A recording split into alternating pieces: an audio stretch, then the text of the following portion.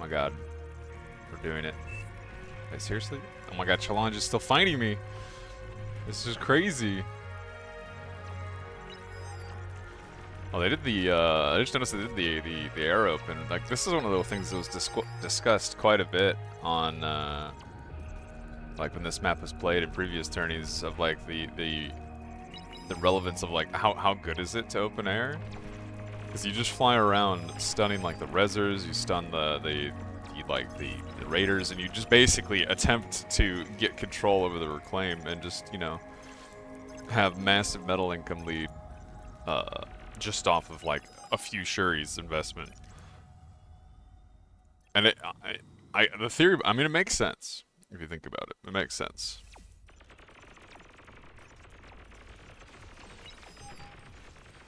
But that being said, you are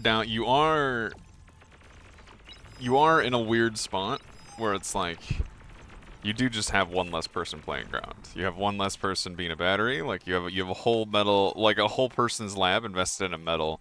A whole person's lab invested in metal. Wow, those are the words that I just said. You have a whole person's metal invested in a lab. Oh Jesus Christ, bro! Somebody send help. Send help. Oh my god. Which, you know, it means you just have less units, and in a co-op, you know, economy, it's a little sketchy.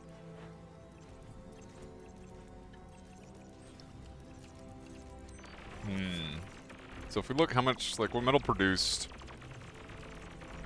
I would say, just looking at currently looking at metal produced, that the German team they've definitely made a decent amount of money. Their metal off of this Shuri open. They're getting a good amount of pressure, although it looks like they're going for some pretty hard aggression here, and I think they need to be careful not to like they need to get actual damage with this, so they're just going to be feeding units. And that's pretty good. Getting that con, pretty good. He should be able to get all of these mexes as well. Oh god, hold on, I gotta. Right. There we go.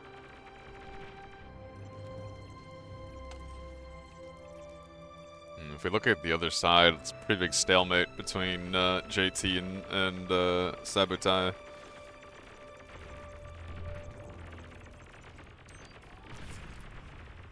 Oh man.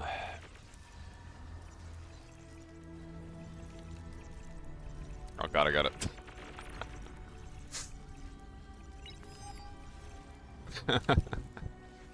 It's the same as last week, where it's like I'm here earlier than I didn't intend to like stream on my own channel, so I'm a little tired, and I haven't quite finished drinking like coffee yet. Like the plan was I was gonna cast on the main stream for like you know, a single set and then dip, but I figured it'd be fun. Why not to do both? Oh, so it's looking like this is a pretty big run by from Greco, and in fact there is nothing here in between Rowan and Death. I mean, he's frantically trying to make some LLTs, but like he's e-stalling, and when you're e-stalling on a map with 419 win, you know there's a problem. I mean, I guess, you know what, this is going to be way bigger value, especially if Greco continues going. Like Zekris has almost nothing covering his base. Zhao opting for tier 2 vehicle. Interesting. And it's kind of looking like they're going to get hard punished for this this instant tier 2 play. There's like an insane amount of pawns sprinting at him. It's like 30, there's like 30 pawns sprinting. There's a bomber coming across, and like the tier 2 lab's up, and like salamanders are coming out. But Sabotage is going to kill all of Zhao's economy. It doesn't even matter. No, he has to commit. If he doesn't commit, it's crazy. Like, he has to commit. Getting the BP would be good. Greco can get all of his wins. Oh, he's got to be careful with the E-stars. Oh, he doesn't quite manage to get the E-stars. Had he killed these, I think Zhao would 100% be dead. Now he's just kind of dead. Now, admittedly, he does have tier 2. But if we zoom out, his team is fucked. Like, there is no metal here, there's no mexes, there's very few wins, and we go look over here, like, Greco has his own lab, he's already making mexes, like, they've got plenty of E. Map control-wise, like, JT's the only one in a healthy position, and that's because Sabotage just spent this entire time going around him and giving Zhao a reach around. Like this is a beyond bad situation. As long as they don't die to the few salamanders that Zhao's able to produce, or this big thick lad that he is currently opting to make. Not going for any tier 2 mexes. He's going right for that Tsar. Interesting.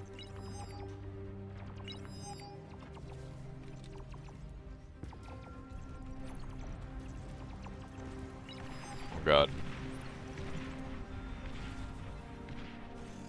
Yeah, Sabotage, or look at the the cons, the rainbow of tier 1 transports sitting there waiting for the their tier 2 cons to fly around. Now that is how you that is how you macro. Ooh, Blossom.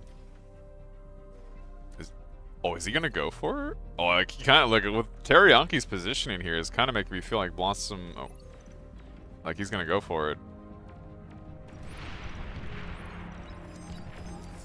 Like, he'll take that trade. Like, that is totally Teriyuki's right there. Oh, it's looking like Zekris is getting pretty aggro in mid, though. They gotta be kind of careful. There are Shuris, but Shuri's in an LLT, but oh, I think that's gonna kill that. Commander has died. I mean, as long as Teriyuki's safe, like, is just not crazy about this, he should be able to get this. Like, 12 pawns is admittedly, 12 pawns is kind of scary. Like, no lie, this could kill a commander so easily. But, you know, there's bulls and jags coming out now. There's one tier 2 max for US team versus already 6 for the Germans, and like, I don't know, man, it's looking dicier and dicier. Like, look at the metal produced, they're already 8k behind. They're gonna get 2 Comrex.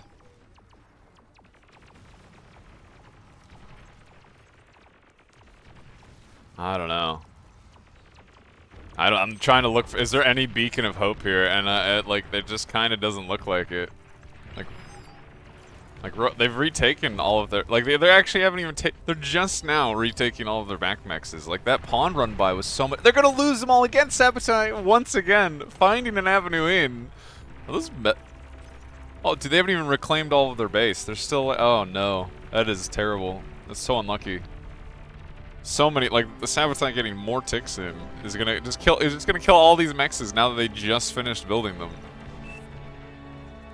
And at this point, they kind of can't afford to be losing these mexes. Like, they need this metal. They need every drop of income they need at this point. I mean, the Tsar's, like, it's here. It exists. Oh, we're committing with the Shuris. Oh, nice play. Wait, he's gonna transport it, right? Commander Surely. Destroyed. Commander has That killed all the Shuris? You should have plenty of time. It's gonna be actually. Oh, the last Shuri comes in. He should have plenty of time. And just like that, the Germans acquire themselves a Tsar. Well, there's now Jags in mid, and this is about to be an up. If he goes for it, I mean, I guess he needs to break a couple LLTs, but like, if he goes for it, Jags leaking into your backline is a little more scary than ticks or pawns. It's a little more scary. Well, Zhao's, he's rebuilt some of his economy. Oh man, his whole team is e-stalling. This is so brutal. Oh, if Sabotage gets this, dude, there's no way he shouldn't be able to with the commander and the salamander. There's no way he should be able to get that. But he is just being, like, annoying. Like, he's being annoying. And this, oh my god, wait, look at the tier 2 mexes, man. In fact, Sabotage's area, like, his transport's still sitting here waiting for his tier 2 con. Like if his was also all upgraded, I would say, like, this game is, like, beyond over. Beyond over. But it is looking like, well, it might be beyond over anyway. Oh god. Oh, the ticks are going in. Oh, Zhao, yeah. Zhao recognizing what's happening. He's just going to move his commander out of the way so he does not end up taking as much damage as he otherwise would. I mean, the Americans kind of needed that. They kind of needed that. Look at their E. Like, Rowan is the only one that has healthy energy for the whole team. Admittedly, you know, wins on this map are fantastic. It's understandable. Oh, is he going to go grab another one? Okay, losing one Tsar to Shuri's and a transport, you know, it sucks. It happens. Losing two of them is like, this is just a terrible feeling. Like, this does not feel good. Like, if you have this happen to you, you just get to watch this. It's just so depressing. That's two Tsars now that have been yoinked, and this one is going to be, like, they're just going to be captured and used by the Germans. Which, frankly, like, now they'd have to make less units. Although, you know, JT's got a kind of sketchy banisher push here. Sabotage needs to be kind of careful. Not realizing his commander is just walking up at the Sabotage! Sabotage! Hello! The banishers are tickling you. Commander destroyed. Unfortunate. He was rallying to make the mechs. Unfortunate. Almost manages to kill the Tsar. Definitely did not want to have to lose his commander there. I did just actually, I just realized Zhao's their last calm. They've lost every other commander. There are Starlights coming, and once they get here, there's like this whole comp just dies to Starlights. Oh god, speaking of, like, oh, Jags in the backline, I don't know, how do you even deal with this? Wait, I guess I need to see, are they... I wonder if they started up the mainstream again. I'm assuming they did. I mean, I'm actually kind of surprised Teriyaki's being as chill with this as he is. Like, I like, go around the yellow just kind of poke at him, man, like, as long as you don't dive into the pawns, Jags, like, this is just food for them. Yeah, look at that. Look at that instant, like, it's just free damage. The pawns cannot fight Jags at, like, this number at all. Like, it's just not even a fight.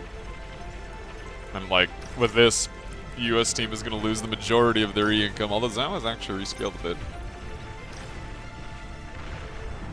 There's, oh god, the captured Tsar is now in place to start sieging these beamers. Yeah, let the Tsar do its work and just go leak. Go start leaking into other lanes. I think, yeah, Rowan calling the resign. I mean, Self-destructed. they didn't. That pawn run by the start was actually wild. That killed so much. Did so much value. Right as they started teching, so like they just lost all momentum. That was brutal. I believe it's best of 3. I think I showed up. I think that was the second game. Yeah. So this is the third game. Yeah. Okay. Look. I know what's happening. I'm aware.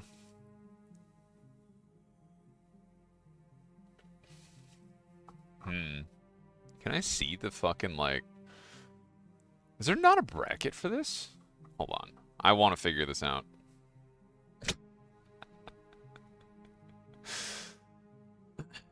Appreciate it, David. Appreciate you posting it, bud.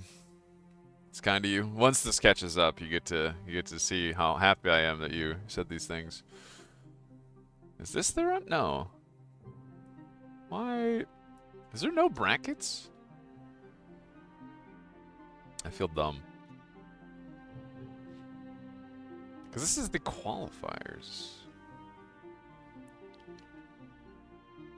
Hold on, it's gotta be on, maybe it's on the actual Nation Wars, like, Discord.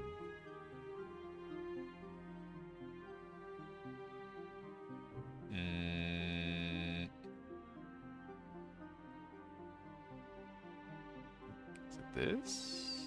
No.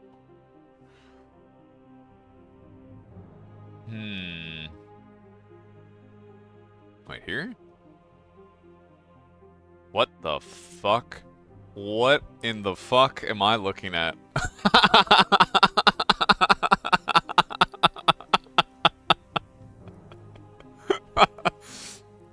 Oh, the challenge is down? Okay, I'll stop. I gotta link this. This is insane looking. Hold on, I gotta swap to this. This is the brackets I was given. Alright. Apparently challenge is down, so there's some poor soul is having to manually input the teams. It's like, I'm like, what kind of Mickey Mouse shit is this, bro? Oh my god. That sucks that he has to do that, but oh my god.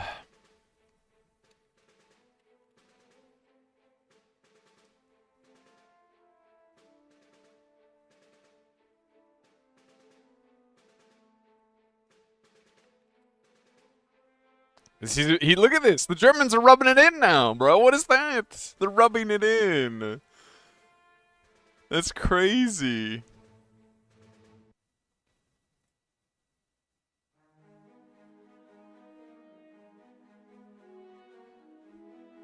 That's actually crazy. Look at them. First they defeat the US teams, and then they rub it in? Like, what is the world coming to? Oh god.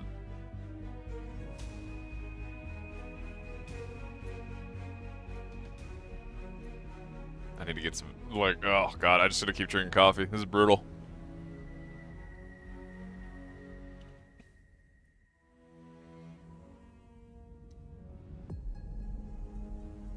This is still another map. I'm not familiar with this map enough to really, like, have an idea of how it plays. Like, I feel like with how many resources are in mid, like, losing access to, like, we watched a game, what was it, last weekend, where like, one team had basically lost both Geo Islands, and I feel like there's just no recovery. Like, there's no recovery from that. Like, you have how many mexes in mid with an A Geo potential for each one? Like, like, yeah, shockingly, haha, mid contesting is good in bar. Who knew? But still, like, it's awkward to contest this. Like, I don't know. In my mind, I'm not sure the best ways to contest this, considering, you know, it's looking like what? The Germans have easy access to this island, the Americans have easy access to this island with the land bridges. Oh my god. Is Blazin saving me? Oh my god, he is. Kind of. Wait. But it's not updated. The bracket's cooked.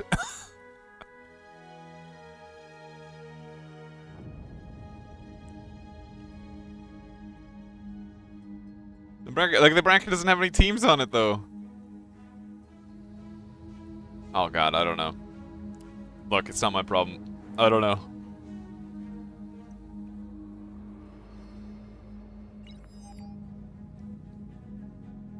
I'm assuming this is where we're gonna have our sea lab spawning here. Are those Zekris to spawn? Maybe as well? No, they wouldn't do multiple labs. I mean, maybe a land lab makes sense actually, right? Like a sea lab and a land lab to contest. Although even then, like, sea mostly wins this, just with like more boats wins the islands. Interesting. I don't know. I'm not sure the best way to do this.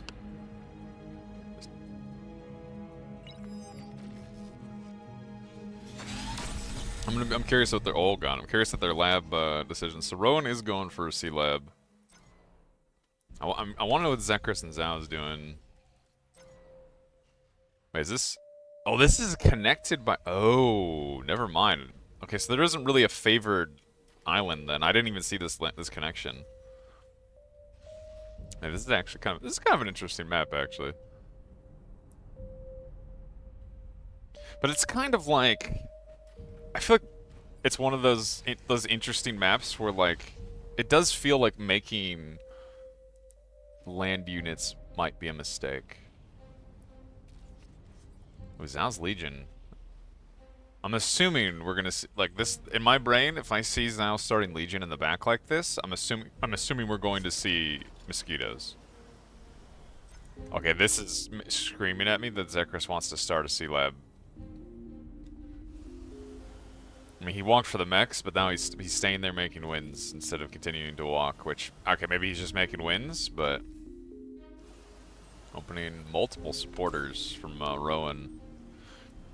It's kind of funny, the discussions that I was seeing about like Arm C versus Core C and like the what was it, it was getting popular on straight that to go Arm C because like something with like the Skater Destroyer combo was overpowered.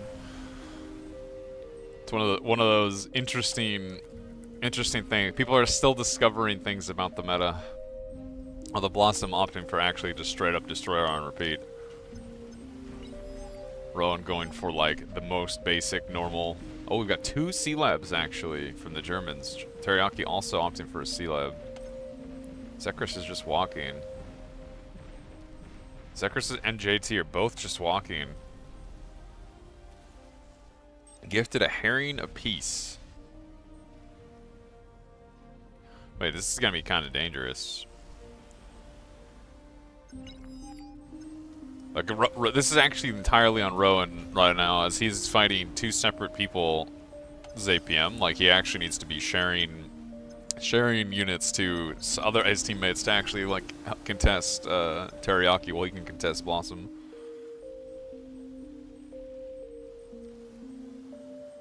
You know, with the things, oh my god, never mind. I'm trying to figure out things between games. This is kind of awkward. Wait, did somebody go air? Hold on. Weird. I'm surprised. This is a pretty large Nettle investment from JT.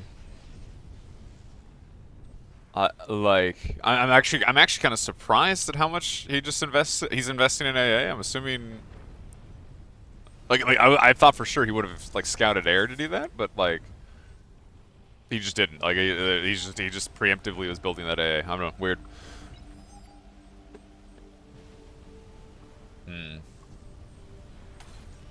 You know, Zekris getting kind of annoying with his one herring. Is sniping mexes, but the singular destroyer coming over will very quickly deal with this. I mean, Zekris has a lot of time to react. He can maybe like not die quickly to this destroyer, but oh, okay, he has to be kind of careful. Yeah, he actually is probably going to be able to get the herring out of there. It really would die very quickly. Although Teriyaki is actually starting to pressure mid. I mean, I think ideally Rowan would share more units to JT and have JT micro this fight as Rowan is having to contest with both. Although, actually good pick off there. Catches Blossom's Destroyer.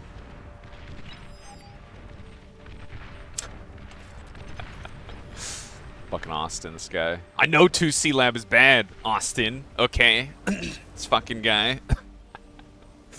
but I would say it's only bad if either this guy has infinite APM, the dude doing 1 lab has infinite APM, or he's smart with sharing units. Do we think Rowan has infinite APM, and do we think he's being smart with sharing units? Maybe. Maybe. Because he's actually getting pretty good pressure over here, but I mean, he did manage to catch Blossom off guard, but yeah, here we go. Oh, not actually opting for mosquitoes. He's going for martyrs. He made only 2 martyrs? Yeah, only 2 martyrs. What does he target with these, actually? Like, 2 martyrs is enough to, like, doesn't do that much damage, right? Is he going for the commander? No, I mean, even the calm, like, it'll do someday. I mean, 2 is not enough to kill commander. I'm almost positive. He did make some mosquitoes and is starting to share them to Zekris. Honestly, I think the airplay here is pretty good. I think, like, I'm confused what the martyrs are gonna do, but the mosquitoes do seem like they're gonna be pretty good.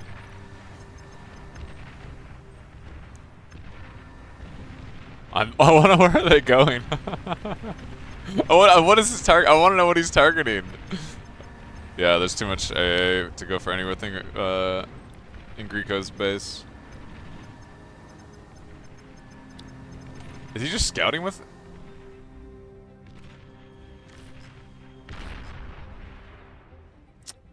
Yep. Yep. That's honestly, frankly, that's about as much as I expected. I don't like martyrs. Can I just clarify? I think those things are bad. Yeah, that's about as much as I expected from them. Yeah, well now, like once again, Rowan is kind of having to micro both these fronts, and like it's just kind of a bit too much. The mosquitoes are coming, but like the martyrs already revealed that you know there was air out. Oh man, he's gonna lose all the mosquitoes. He's landing them, but he lost one. He only lost one. Oh shit! The skaters just delete those. Oh my god. Well, rest in peace, mosquitoes. Yeah, the airplay did not, I think, go the direction that they needed there.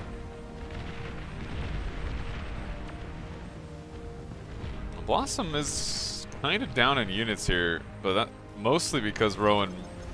It actually looks like he maybe gave the units over here to JT, but. Yeah, I think the Germans are being smarter with the usage of their, like sharing their APM.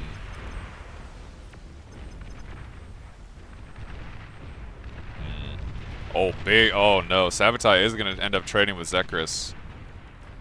Wait, Zekris trying to back off? Backed up into. I mean, I don't think he was going to live no matter what, but now all of a sudden, I don't. Maybe he can get this medal. I think the only way he gets this medal is if Sabotage is sleeping. Even then, there should be no way he gets this medal. Yeah. Wait, what? Oh, what? Now it's doing damage. What the fuck? That thing was not doing damage? Oh, yeah, there you go. Zhao's being smart. He can drop the con turret out of range. What is happening? Oh, he's repairing the con. Oh my god. Huge brain. Wait, that's... It's like straight hard missing. Oh, it does manage to give Fly's commander there without getting sniped. Blossom's losing most of his navy. Wait, did he? Oh, he lost the contour. I thought he dropped it out of range. But I guess not. Still managed to get a full commander corps. Yeah, Blossom's definitely losing this trade. All JT has to do is play defensive with this navy and just not let Rowan get sniped on the side. Oh, yeah, Blossom looking like he's trying to opt to give his commander to bruise this navy, and ideally kill some of it, but I don't think he managed to get a single boat. Yeah, JT's getting slowly pushed back further and further towards Rowan's base. It's a little scary. I mean, Zhao is tier 2, and it's not looking like the Germans are thinking of tier 2 yet, as far as I can tell. Especially as they do seem to be struggling on the actual sea lane.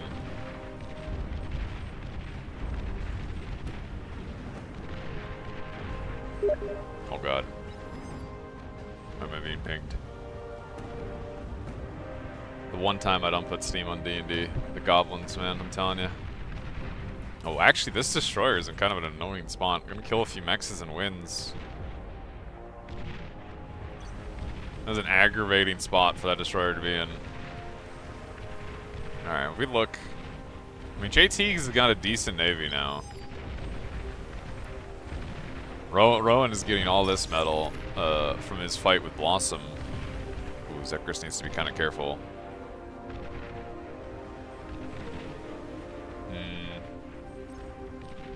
Oh, Teriyaki's walking. With his commander, like, here, like, this is kind of dangerous. Like, he can deny a lot of mexes and threaten, continue, and walk it. Like, they actually need to respond to this. What the f... What? Oh my god, the icon for that? It looked weird. Okay, look, we're learning Legion icons still. That looked weird. That looked like a scuttle icon to me for a second. Like, that does not look like an NG icon. That looks like a scuttle icon to me, I swear to god. I'm not old. Alright, trust me. I'm retired. No, I'm none of that. I mean, Teriyaki's gonna deny all of these mexes.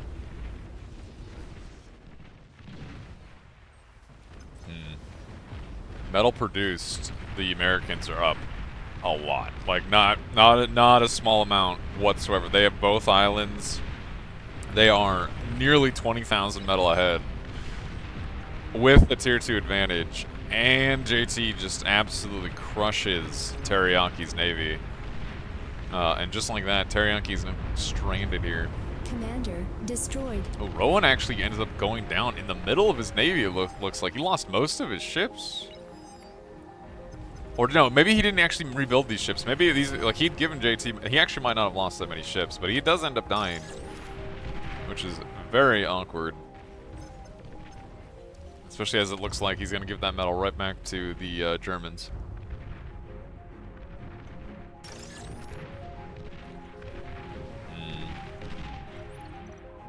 Oh man, the nice coastal paperweights doing their best to mildly scratch the paint of these destroyers. 10 mosquitoes. Oh my god. More mosquitoes. There's a lot of mosquitoes are being made. Zhao's opting for fusion. Like this economic lead that's already enormous is only getting more enormous. Because now JT's navy is going to be Kriko? Nah, JT's not gonna fall for it. And by fall for it I mean he literally has no idea, just had the luckiest turnaround of all time. Although you could probably guess. You could probably guess. You got to be somewhat careful here. Oh, he sees it now. Now that the herrings are in range. Oh Commander shit! destroyed. Was it Zekris that just died? No. Who just? Oh, that was Teriyaki. It just died from mosquitoes. Wait, I thought I muted that. Oh god. Oh god, I didn't mute it. All right, boys, hold on. I gotta go mute Steam again because unfortunately the goblins once again they're doing goblin things. There we go. Yeah, there should be... Okay, this is kind of funny. I see... This actually could be... This could be high impact, but this still... Like, how do you overcome 23k metal produce difference? How do you overcome that? Like, you kill the fusion, you kill the tier 2 lab. That's not even close to that metal produce difference. I mean, technically, if you kill all comms, and if we look at it, both of the American commanders are on the front line. There we go. That being said, Greco is opting for only one lich, so sniping commanders with only one lich is way more annoying. And there's a decent amount of AA boats for both sides. Both JT and Zekris have a decent amount of AA boats.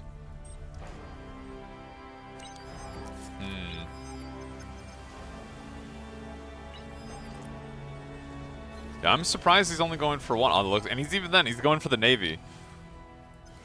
I think this was maybe the worst show. They're so far behind. The only way they lose this is if, the only way they lose this. Their only chance, I think, was to snipe the commanders.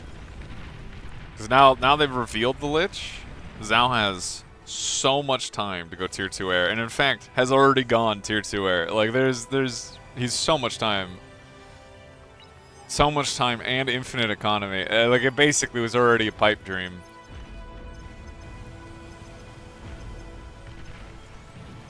Oh, man. What even was that? Was that a duck? Or was that the Legion one? What even was? I think that was the Legion amphibious one. The little centipede looking thing that I definitely do not know the name of. Well. The Lich is going in, but...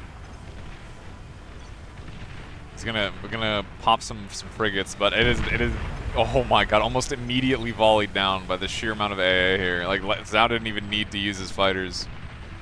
The herrings and the brambles just absolutely eviscerated that lich. I don't. This just seems too much to come back from now. Oh my god. Well, that jammer, absolutely. Yeah, Zekris basically just killed as many boats as that lich just did. No way. No way does he just walk out of that. No way.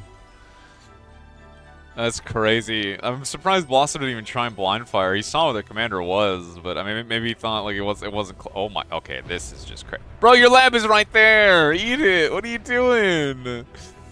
What are you doing, bro? This is the second most expensive lab in the game. What are you doing? Oh, the Lich is coming in, but wait. First boat is a radar jammer ship into cons. I don't understand it. You know what? I actually just straight up don't understand it. Especially with what's happening. Is he gonna kill him with these Dude, these transports are wild.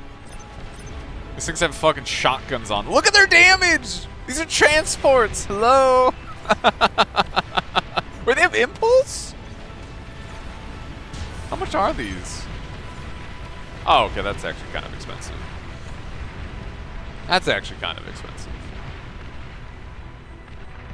Commander self-destructed. I mean, that was just kind of what I was talking about. Like, if one team, like that's kind of what I saw last weekend. Of like one team just gets both mid islands, and there's just no recovering from it. Like that just economic lead is way too big. Oh, this Austin guy saying AA boats ain't do shit against Lich. This nerd, this fool. Wait until he sees. Now who's washed, Austin? Now who's washed? That's right. That's right. I'm sorry, Austin. Look, I'm tired. All right. So it looks like the mainstream is doing pro versus Sweden, right? So.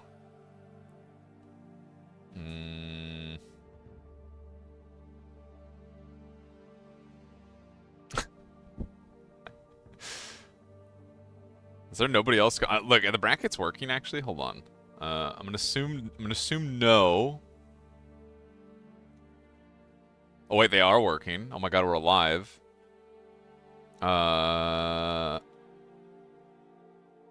Okay, so that. Oh man. Okay, hold on. I gotta get the.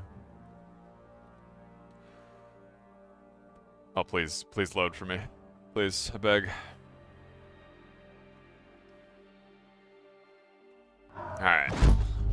So it's looking like US and Germany 2, which actually, this is, I'm assuming, the team that has X Factor on it, right? I'm assuming. I should know the teams. I don't. I'm just going to clarify it. Don't know the teams. I'm pretty sure this is the one that has X Factor on it. And other people that I definitely don't remember. Okay, hold on. Like... Fuck, I don't remember, bro. I don't remember.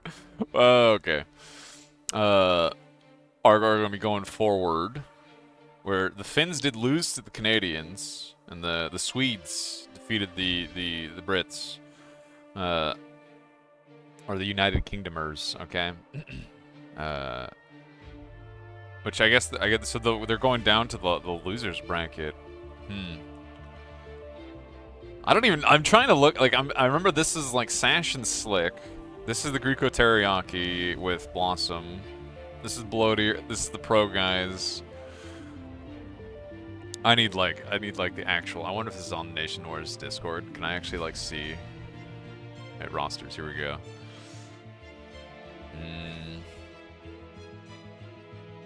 Oh, okay, yeah. No, I don't, honestly, looking at these teams, like US 1 versus Germany 2. Germany 2 is X Factor, random variable, Che, Zartax. Yeah, okay. Yeah, this is gonna be a good game, I think, between those two. Actually, you know what? I think every single one of these matchups is gonna be a good game. I don't know what I'm saying. Every single one of those is going to be a good game. A lot of good teams there. Alright, who is next? I'm assuming... Wait, wait, what one was it again? It was pro... No, pro. Oh my god. It was UK versus Finland. So they're not... Nobody's in a lobby yet, man. What the fuck? What are we doing, boys? Why is nobody in a lobby?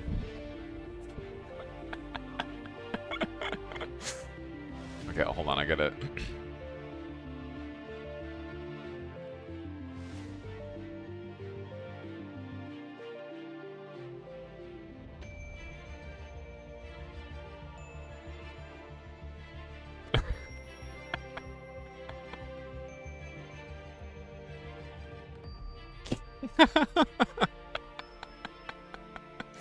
Sorry, I had to interlude there and roast Austin as is necessary.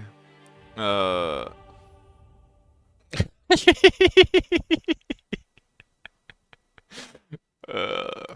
don't see nobody appears to be in a lobby and like getting ready to go. This is crazy. What are we doing, boys?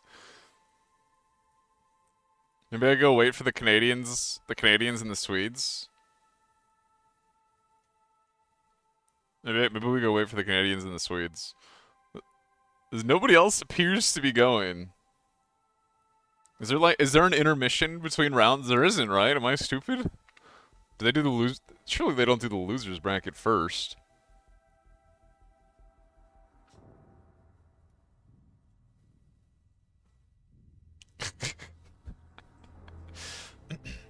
Austin, I didn't mean it. Okay, you're not washed. All right, bud. I'm sure you played bar recently. I actually have no idea if you played bar recently or not. You're not washed, bud.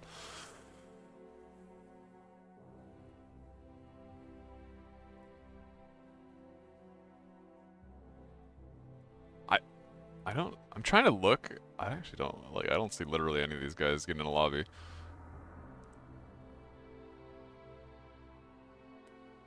Why does it say they're in-game? But they're not, wait, they're not in-game. What the fuck? Wait, are they in-game? What in the fuck? Is everybody watching a replay?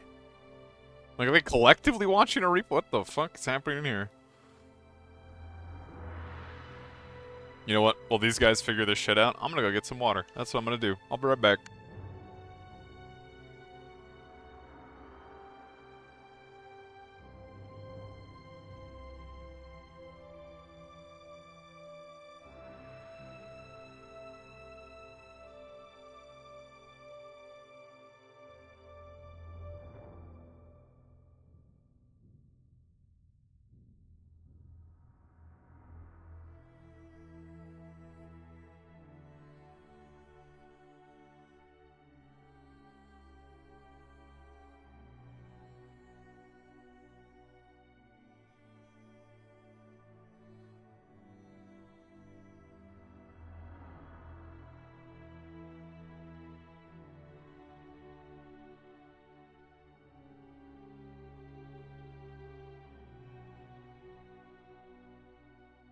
Alright, I'm back.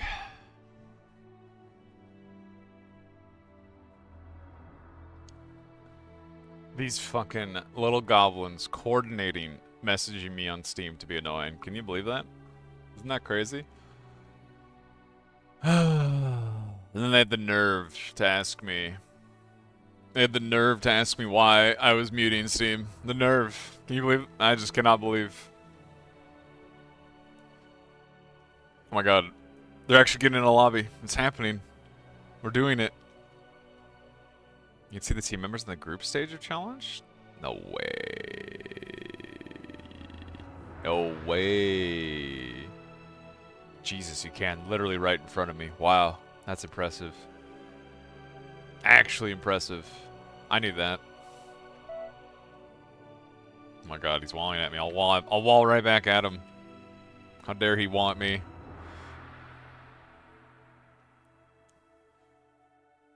Germany 1 versus US 1.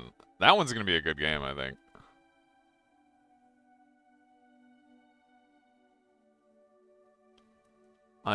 Looking at the main thing, like the mainstream, I don't think they need me. I don't know. Like, in theory, it was going to be before the mainstream exploded. It was going to be Shadow and I doing round 2 on the mainstream, but at the same time, like, there's like 3 people in that channel. I don't know if they need me. Like,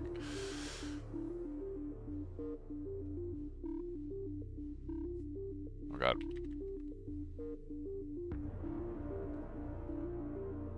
I need to go get the map pool again. You know what? I just realized I need to get the map pool again. I don't know the fucking maps.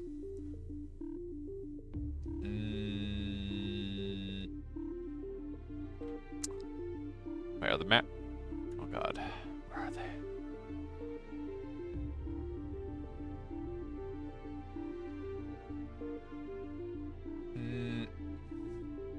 They're here somewhere. Wait, aren't they on the challenge, aren't they? No. You know what? It'll be a surprise. I have no idea what the maps are. I have no idea what the maps are. It'll be a surprise.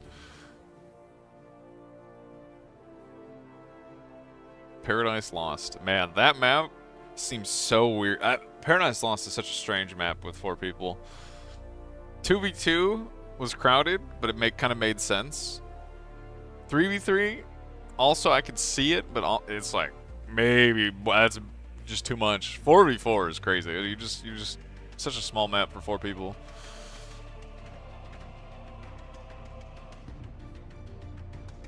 Altered. Oh man, the Canadian's not a big fan of Altered Divide. Which, this is the one I'm thinking of, right? Yeah, the Infinite Reclaim map.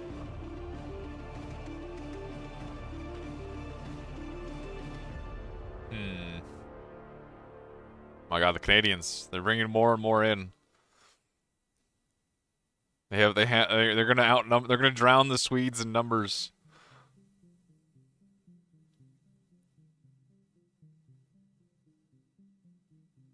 Wait, Sunderance. They're banning a target. What, bro? The 30 wind map. This map is so fun in a very relaxing way. You just make winds and converters. It's like Hot Lips. It's so relaxing. Sunderance is that like one that keeps getting played 8v8, but it's like dog shit 8v8. Yeah. This map is. I think it's definitely a better small team game map than an 8v8 map, but unfortunately, does not get played in that, or not very often anyway.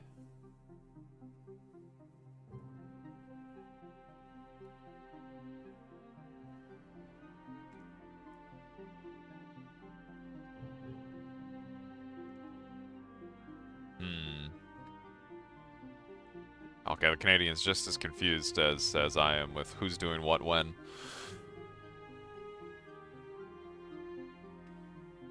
Picks and bans always take so long. Always. It's never quick.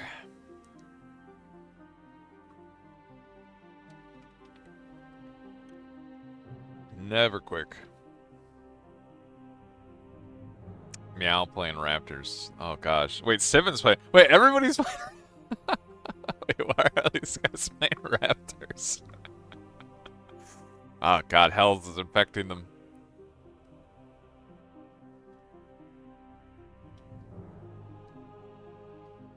Did he just roll a random number to pick a map? We were picking 1 second, he rolled a number, and now he's picking... I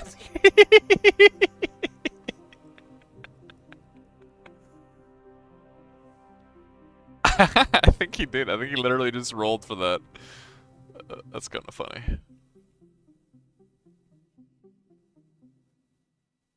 I mean, this is actually kind of an interesting map. The games I've seen on it so far have been unique.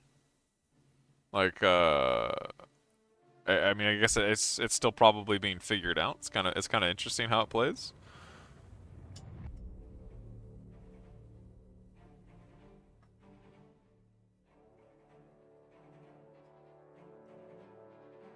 Like, there's a decent amount of variety of strats, I feel like, available on this. Well, maybe not. I mean, I don't know how good land strats are, if I'm being honest, considering the dominance of sea, but still, maybe it's more interesting because it's new. By new, I mean new for me, as I have seen very few games of this map.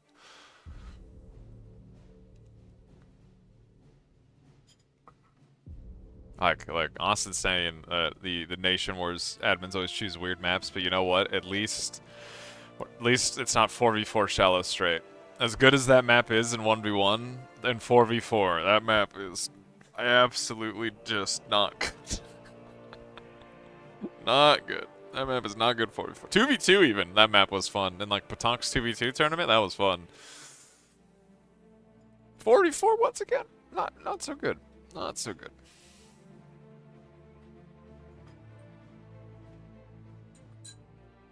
Oh, Ural jumping out. Getting chronopolized in there. I think are we good to go? Is it happening? Is it time?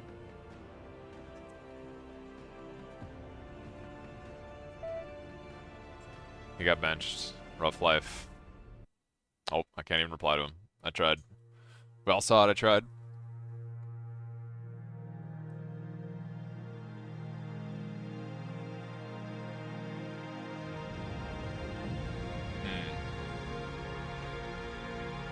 It's definitely, like, looking at the last game we just saw on this between the Germans and the US, it's doing, like Austin said so nicely, that doing 2 labs is genuinely worse than doing 1 lab in a map this small, in a map where co-op is this strong, and like all that extra metal that went into a second lab could just be going into more units, and it's just, I have a feeling we're not going to see another 2 lab play like that, like 2 C labs anyway. We have not seen anybody do any sort of land play on this. Not, at least I haven't yet. And it kind of makes sense if you think about it. Like a destroyer, a frigate, they hit basically every single island, almost the entirety of every single island. Like, what's the point of making a land unit when it's just going to die to a boat, you know? Just make more boat. Oh, interesting. Spoder for starting on the actual, like, forward mechs. I'm surprised Chronopolize is not doing the same. He's spawning directly in the water in, like, the more back mechs. I mean, I guess it's a little safer position for your lab, but, like, I don't know, forward labs generally are just better, but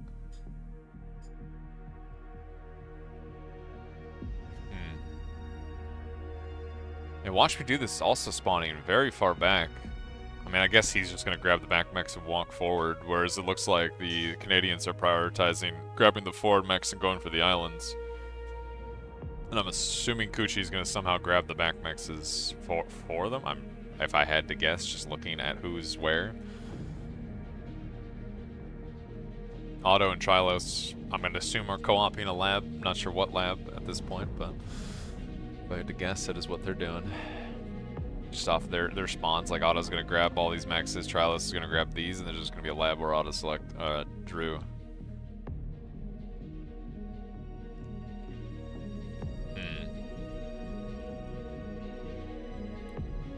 Well, it looks like we're going.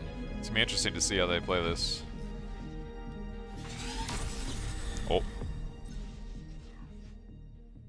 That is a lot of E before any C lab, actually. Interesting. Oh, what in the hell am I looking? Okay, you know what? I've made so many assumptions, and I would like to apologize. Those assumptions were incorrect. Wait, this is super risky, right?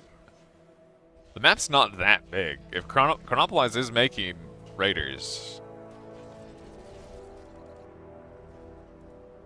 like he could actually deny Spoder friend a lab. No, like this could actually be dangerous. Wait, is Otto making the lab? Otto's making the lab. Oh, interesting. Okay, so Otto's making the lab. Spoder's going to just walking for mexes. Even that's still a delayed lab, but it looks like they should be able to get away with this, probably. Like, this lab will come up very quick with the con turrets. Interesting. Now, Delph just grabbing wins, grabbing mexes. Kuchi is... Holy... Wow, this man is going on a walk. He's just column expanding the entirety of the back line. Chronopolize handed out a few little scouts. Dark Clone did the same thing, grabbed his mexes, made some wins and is walking as well. Wait, okay. Okay. I don't understand what I'm looking at. We made a bot lab here. We still have it. We walked over here after making the C lab, made another bot lab. Why not make more cons? You know what I mean? Make more cons and do the same thing. Why did he spend all this time making another bot lab? I mean, he just wanted arm cons, I guess. I'm assuming he wants to tank for arm later on. You know, I don't know what. This seems needlessly convoluted. Why not just have this guy spawn arm? You know what I mean? Like, I don't understand. I do not understand. Although I guess this guy spawning Legion does actually make it so he gets the core C lab. Unfortunately, Legion not having their own C lab at this point, but yeah, they are later to having a actual. Is this herring gonna lose? Holy shit, herrings are not the greatest fighting boats in existence. Their lab is much later. Oh, and their lab is idle. That's a oops. Yeah. Spoderfriend recognizes it pretty early on, but like the later lab coupled with it being idle, like they're gonna lose a con. I mean, the titles here could be pressured as well. And by could be, I mean it looks like they definitely are going to be pressured. Kuchi getting shared a few boats as well is pressuring the other side. I mean, losing the titles, it sucks. But it's not a huge damage. Like if Delph loses both these frigates for these titles, it is not worth it at all. This is a problem though. Like Spoderfriend has his own sub to contest it, but as we've seen, the sub on sub micro is very important. Well, Kuchi does get. Oh, Kuchi. Oh god. Oh no, Kuchi's is dead. Kuchi's is dead.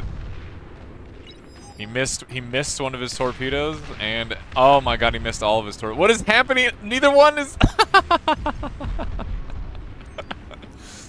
Oh man.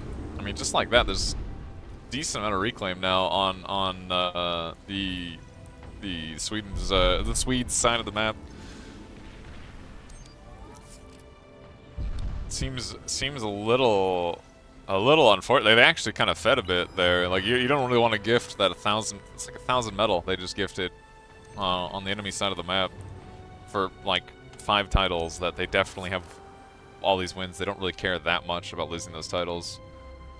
In fact, if we look at Team Canada, they're actually like hard e-stalling right now. Really, like they need. Look at their energy bars. Nobody on this team has energy.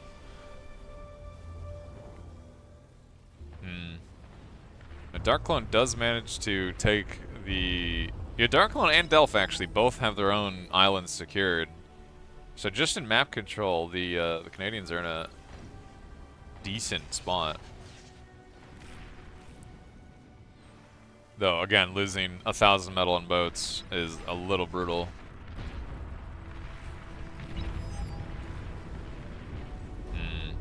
Watch me do this. Actually, kind of a dangerous spot. He has to go hug the map edge.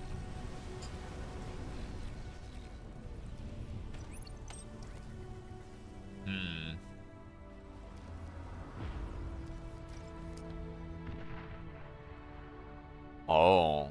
Okay, that's a good point, actually. I didn't even think of the Austin brought up the Legion 1.5 maxes and arms here too. That actually makes sense. I could see that. Although, wait.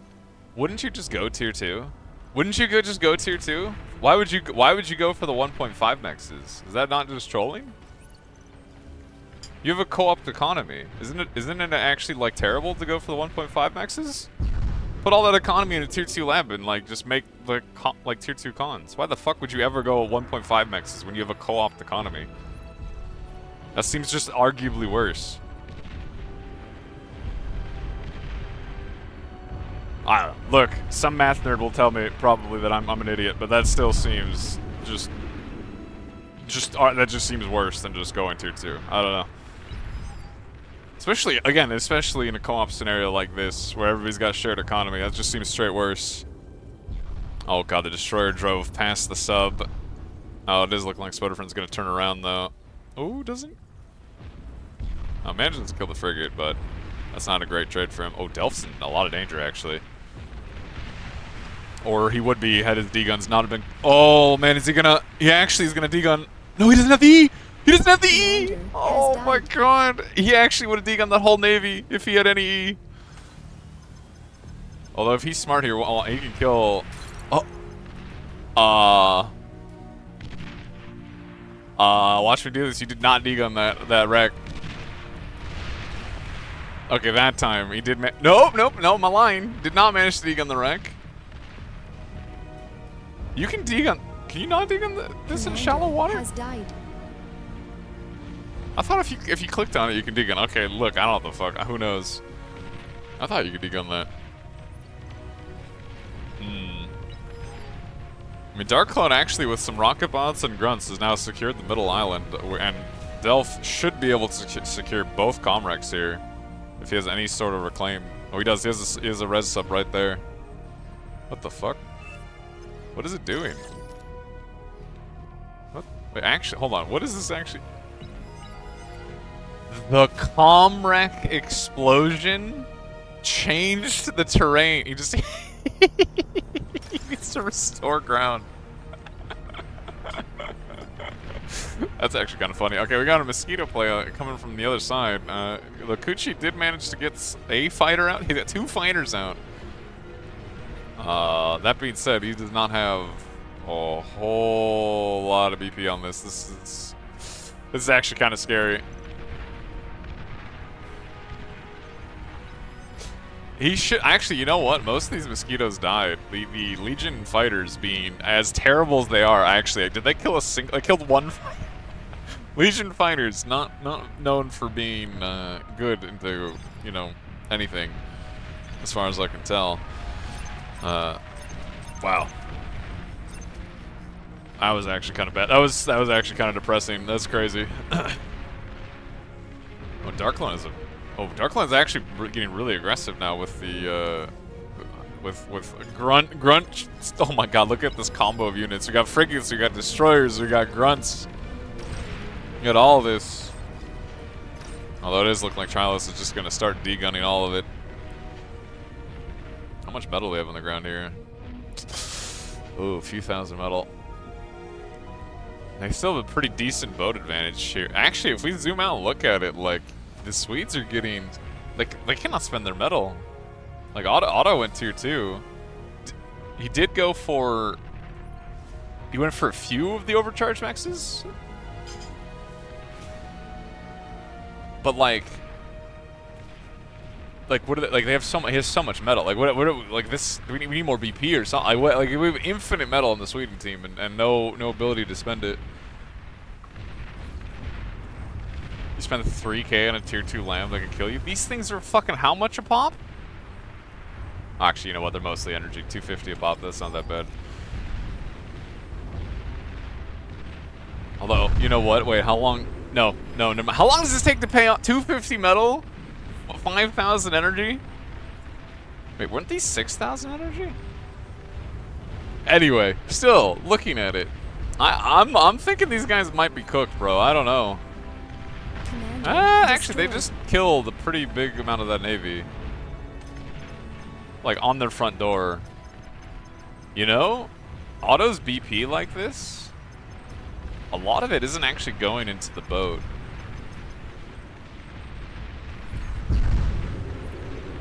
Like, there's a lot, like, they're actually spending now, though. Oh, Trilus has to be so careful. He doesn't quite have the energy.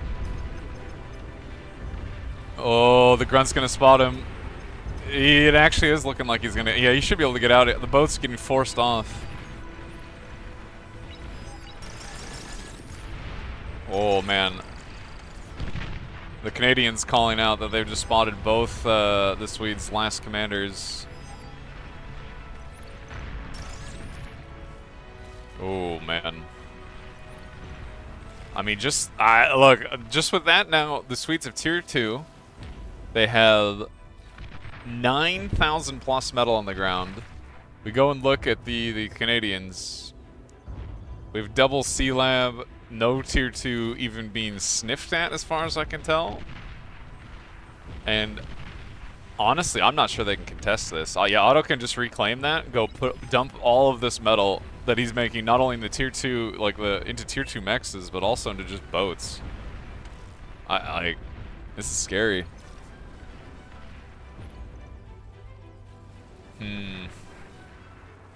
I don't know. All of a sudden, this was looking a little dicey, but like the economic advantage for the Swedes, like look how much metal up they're up now, and like that they're still reclaiming. There's still like 7,000 metal on the ground that they can reclaim.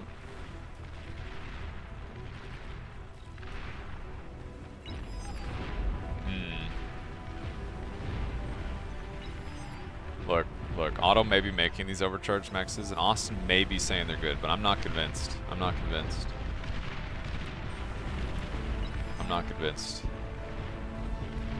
I feel like in a co-op scenario, okay, when you guys have shared economy, and then you could squeak out that tier 2 lab so quick, the tier 2 mexes pay off so quick.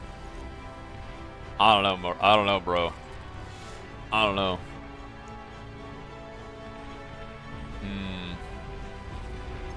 I mean, you know, oh man, Darklone's still, he does have quite a big like navy here, and Otto's kind of in danger. Those destroyers will volley him down very quickly. That many destroyers. Like, there's actually not that many boats here. Wait, the double lab from Chronopoli is actually kind of scary. Like they're pumping all of their metal. Oh, Otto going for the comm bomb. Commander Does not quite manage to get it. Oh, incoming. Oh, the Swedes are reacting. Every single boat is on the way. They're also down to 1 commander. I mean, the metal produced is only going to get worse with tier 2 mexes kicking in. Like Otto is grabbing all of these mexes. They already have their AGO. He's flying BP around to upgrade mexes. They're in a dangerous spot, but as long as they don't die, they are only going to continue getting stronger. And it is looking like, yeah, the Canadians are still tier 1. Nobody's opting for tier 2. They are entirely all in on the kill of the Swedes. I mean, Darklone has an enormous, like, look at the army value difference, actually. Like, this is actually, like, one team is valuing economy, one team is valuing units, and you can definitely tell that it is definitely paying off, as there is an obscene amount of boats here. Oh, this is crazy. Wait, no, this is crazy. The Swedes are metal stalling on the. Wait, what does this do? He's making a con! He's making a con? I don't understand it. I don't understand it, bro. What do you mean? Explain. Make it make sense. Make it auto. You know, Austin's gonna call me washed for not understanding why he did that, but I don't fucking understand why he did that. That makes no sense to me. Why that dude just made that? I have literally no idea. That's crazy. You're insanely down in army value. You make a tier 2 lab for a tier 2 con. I don't even. That does not make any sense to me. I mean, they're losing. I mean, they're gonna lose like all of their like sea presence. And wait, look at the grunts from Delph on the other side. Like, this is all wide open. Oh my god. Wait, if they lose the AGO too, oh, getting the tier 2 con is brutal, bro.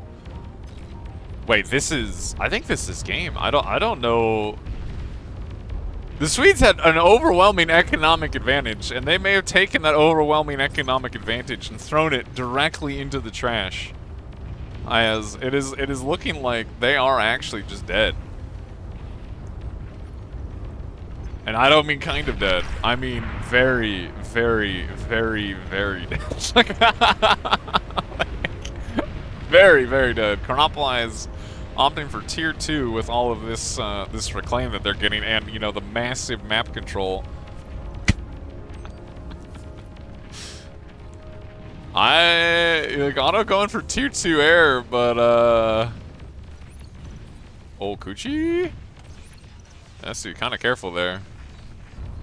These grunts have killed so much. Like they've killed tier 2 mexes, they've killed an AGO, they're killing winds, which the Swedes kind of don't like losing these wins is not great. I mean, they have no like look how much map they're reduced to. They're reduced to a corner of the. This is all that they own. Delph even boxing as I box how much map they own.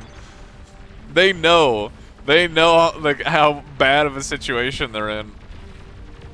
Carnopola is opting for some tier 2 flak boats, though Coochie has a substantial amount of fighters should he need it. Admittedly, only tier 1 fighters, you know, into tier 2, it's not a great fight, but I'm trying to like see like what wait, does it, I don't even know if a battleship shoots up this, by the way. Like this cliff is like if we look at the perspective, this cliff is actually massive. Like the destroyers and frigates can't shoot up that. I'm going to assume the battleship is also going to struggle.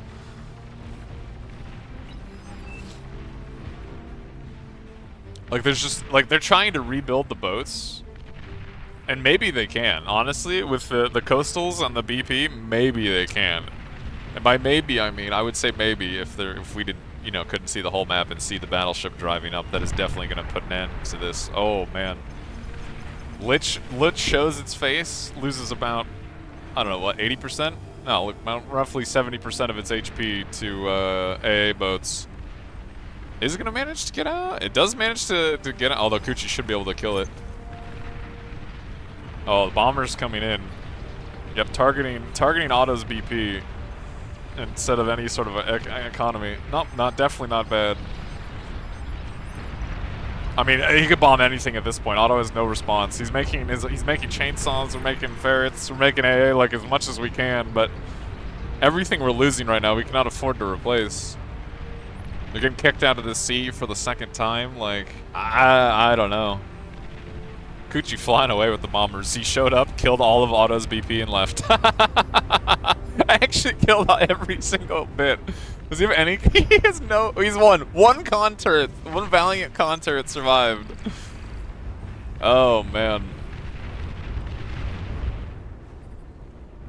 We're still just making battle. Honestly, at this point, fuck tier 2 mexes, man. What is the point of tier 2 mexes? Maybe economy's dumb. Make unit. Unit go bird. Just run at them with unit. I don't know. Like, clearly it's working. Commander has died. The Swedes opted for a safer or a little more chill economic play, but when you are losing out on like 2/3 of the map in map control, like clearly it did not pay off for them. Damn.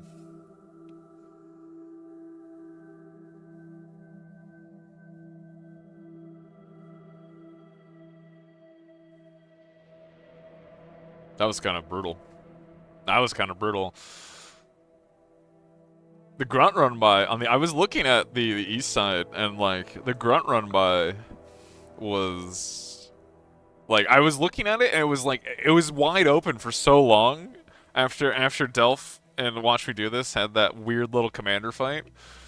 But just all of a sudden Delph had like 20 grunts in the back line, and like that I think that just absolutely crippled them. Like they lost their AGO, they lost so many tier 2 mexes, they lost a tier 2 con. Like how do you recover from that?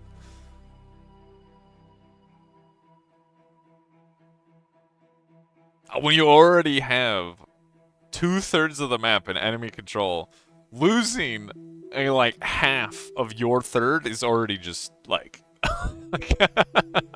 it's just too much. It's just too much. It's weird how every time I've seen that map now, one team just totally dominates the mid.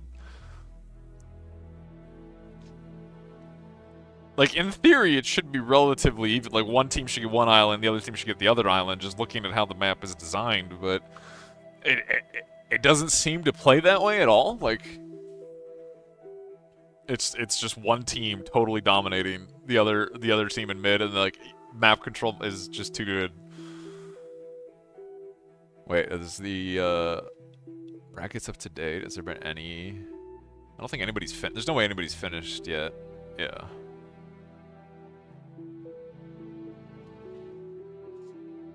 Wait, wait, did they pick Aurelia? Did I miss that? Pick downs? How do they... Is Aurelia just... Who picked Aurelia? Oh, they're just picking Aurelia. Wait. Auto pick downs. How are we getting Aurelia? What did I miss? Like, actually, how did we get Aurelia? I don't know. You know what? I don't care. Let them figure it out. Let them figure it out. I don't care. Look, my feet are up. I don't care. It's fine.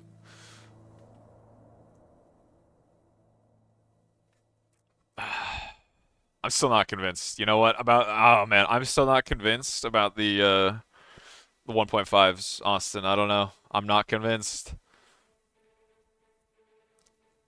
Especially for normal, I don't know, especially for normal mexes, man. How many 1.5 mexes did he make? Like, it's like 6? 9? No. It was something like that. It was like, that's basic. He basically made a tier 2 lab and metal in the 1.5 mexes.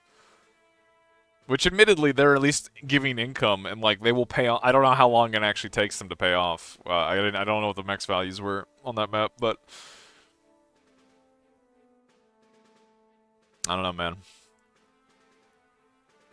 Whoever called the Tier 2 C Lab... Dude, I don't know. That Tier 2 C Lab was crazy. I do not know... Not only going Tier 2 C when you're very obviously down in army value... But going Tier 2C into a Tier 2 con, I'm assuming he wanted to shit out the Tier 2 torpedo thingy. I don't I don't actually don't even ask me the name. Whatever, the torpedo launcher, the Tier 2 torpedo launcher, because that thing eats Tier 1 boats for breakfast, and with the BP right there, you could probably shit out like 5 of them and just not die. But still, that's crazy. Just make boat. Make more boat with better economy and don't die too many boat. I don't know. I don't know, man.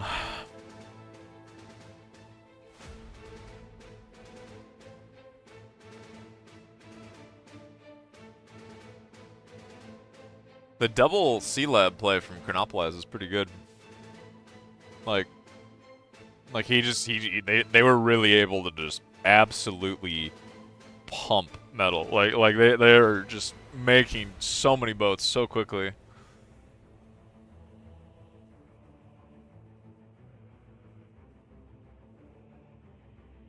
What I gotta figure out.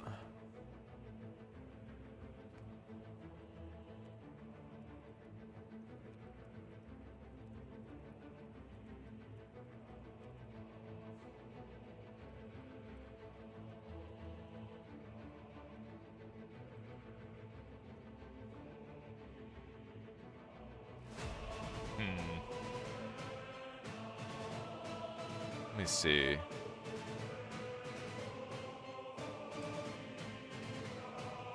Man, I don't know. Like, look, oh, we're actually going? Is it time? Is it happening?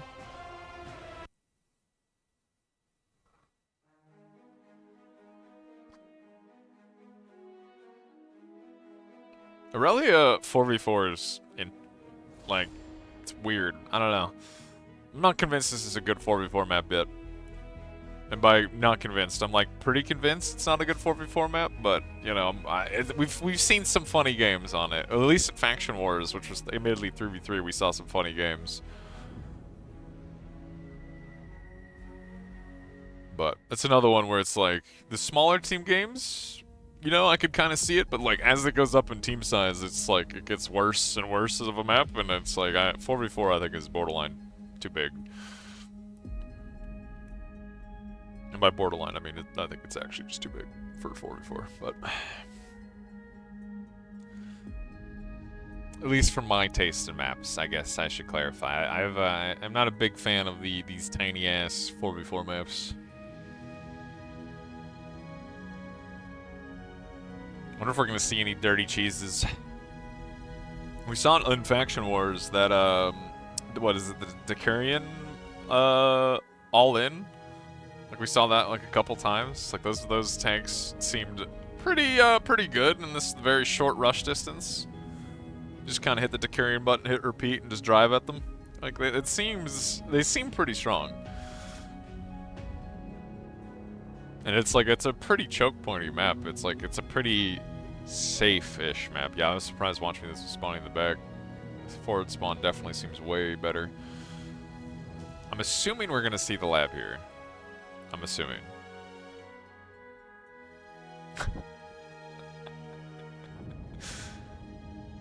I'm assuming.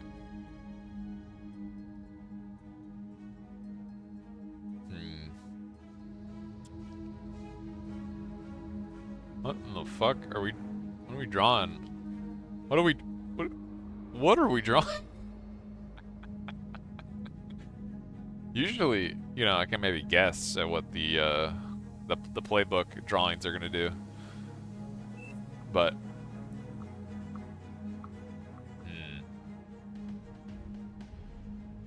not that time. Don't really know what that one means.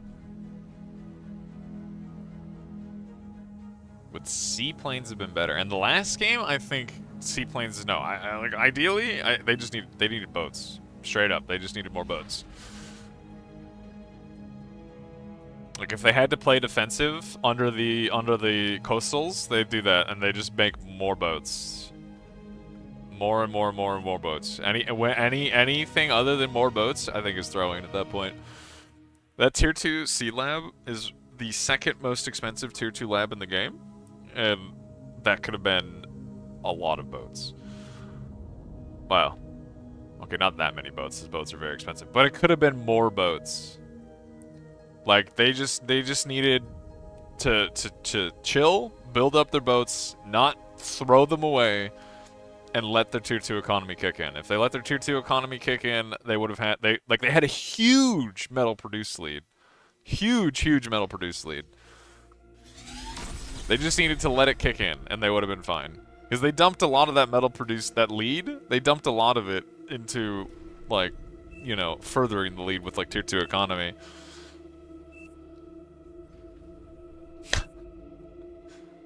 Okay, arm. Oh, we're going for an arm lab. A forward arm lab. Just the placement of this lab is making me feel like it's going to be some sort of aggro build, but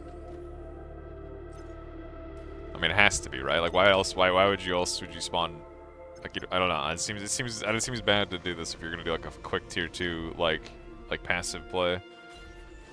Although maybe I'm wrong. Who knows? I feel like this has to be aggro. But then I guess what are you building out of the lab to be aggro? Is this gonna be like the old timey like X Factor like Janus rush? I don't know. Are we gonna go make whistlers like the degens we want to be?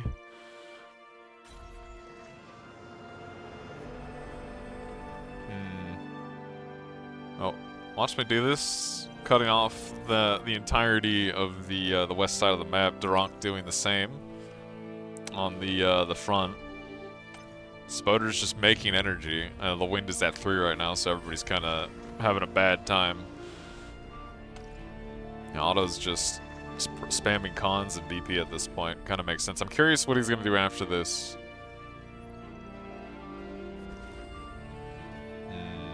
Chronopolis is doing a very similar thing, but from the back, actually with less BP. Like this is a bit cleaner, like build looking at it. Oh God, I didn't mean it, Otto. God, we're actually doing it. Oh, what is the world coming to? Not even small team games are safe. Although he's only making a few. I wonder what he's going to do after this. This might be like a quick tier 2, actually. Like, this is a very safe map, right? Like, this is a very safe map. It's hard to push into these tiny chokes. Yeah. Okay, never mind. There you go. Auto queued up more whistlers. So it is a bit more of a tier 1 play. Carnopolize making a few Raiders, making a few Janus, or maybe one Janus. Which does seem like the Janus is a weird decision. I guess they haven't scouted the Whistlers yet, but once they scout the Whistlers, he's going to have to change this build, as Janus straight up do not fight into Whistlers at all. Unless the Whistler micro is bad, like, and even then. like, you know, how much micro do you actually need with Whistlers? Whoa! That is an insane decision. What the he's making an 8. Okay, well, look, I don't know. Never mind. I'm fine. 316 wind, by the way. Hello. Oh, holy shit. Okay, we did made 2 Janus right into a tier 2 lab.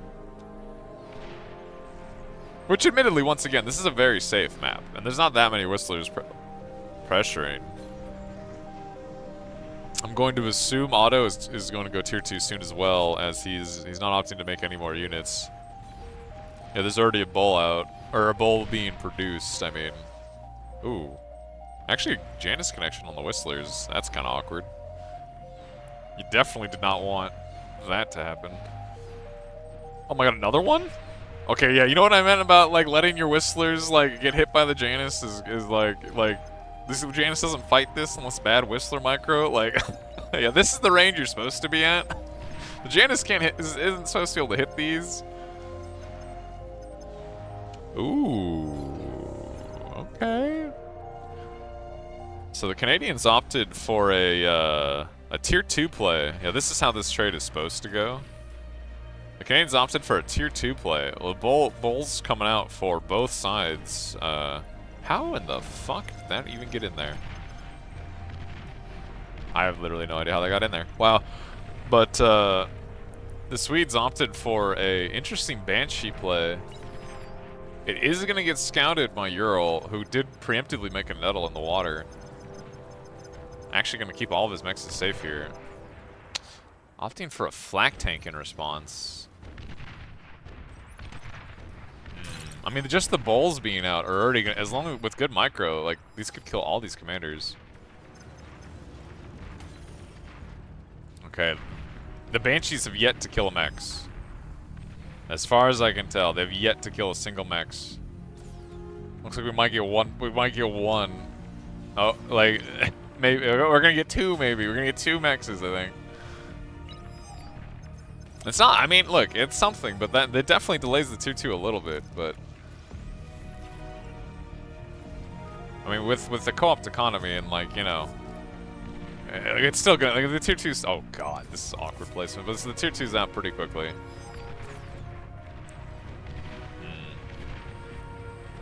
Wait, these back mexes have never been taken?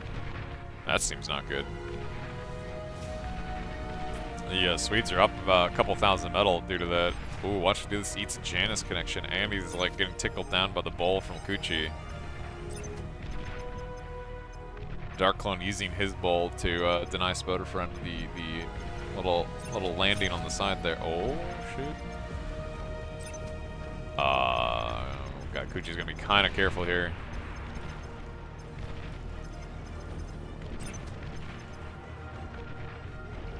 Oh, I mean, at this point, the Jag Janus and Bull combo is way too much for any commander to, like, reasonably deal with.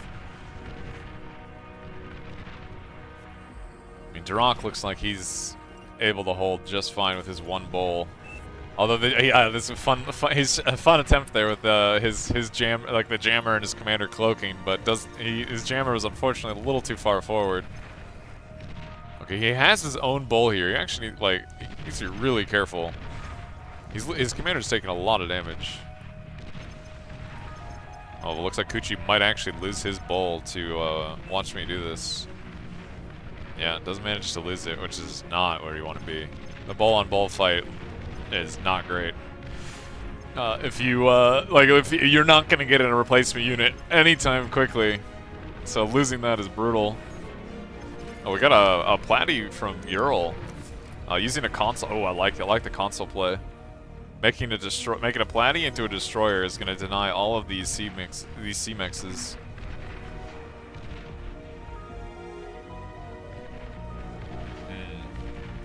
You know, metal produced. It's once again the Swedes are pretty heavily in favor. They have. I mean, I say heavily. It's not as bad as last game. It's only about 2,000 metal. It's not nothing, though. Oh. Interesting. Reclaims the low health bull. This platy is being incredibly annoying, though. Honestly, good play from the console, I think. It's like just one or two. Even like this destroyer is gonna be very annoying. Denies a lot of mexes, and opens up this entire beach for play, for any sort of aggro play. Oh, Kuchi having received another replacement bull.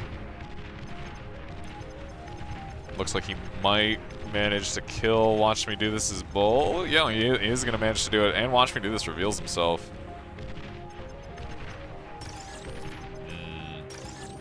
I mean, Watch Me Do This might actually lose another commander. Like, it's just commanders versus bulls. Like, this is not a fight that you want to be in. Otto's rushing a fusion during this, so it's not like he's going to get a replacement unit anytime soon. Look at the tier 2 mexes. Like, Otto's making quite a few very quickly. Oh, he's actually trying to, he's gonna make a bull. Well, he's holding off on the fusion as he recognizes that this is definitely a problem that needs to be addressed. Spoder friend, you know, he's stalling. He's holding off just fine, but yeah, Watch Me Do This is not in a good spot. But he did. No, the bull. Oh my! The pathing these units have to take to get to Watch Me Do This is actually so cursed. They have to drive all the way around. Well, Spoderfriend lost his. I just said he was fine, and now he lost his only bull. Oh, he's gonna die. 100% he's gonna die. Commander. Oh, that is another commander down for the Swedes. And Watch Me Do This is very, very close in HP to. Oh my God, to joining him in death. Oh. Commander. And like that, another commander goes down. Autopilot, last commander alive.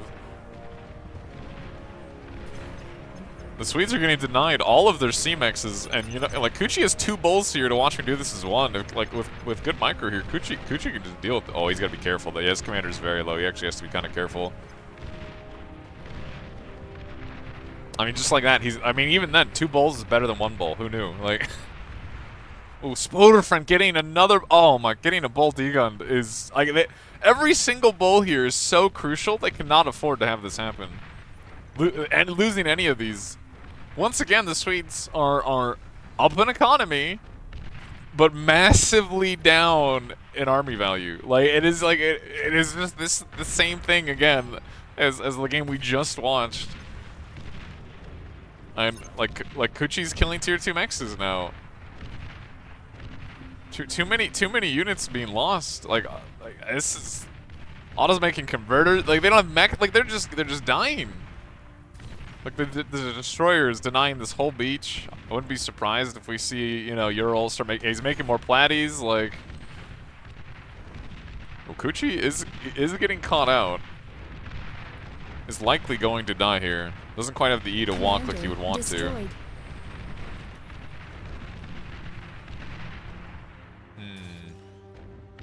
What the fuck? Not really sure about the 3 jammers. Not really 100% on that one, but you know, Watch Me Do This does manage to push Kuchi back. You know, there's not like no hope here. Like they've lost map control, but they are not dead. Not totally dead. They're just in a rough spot. The metal produced is definitely starting to turn back in the Canadians' favor.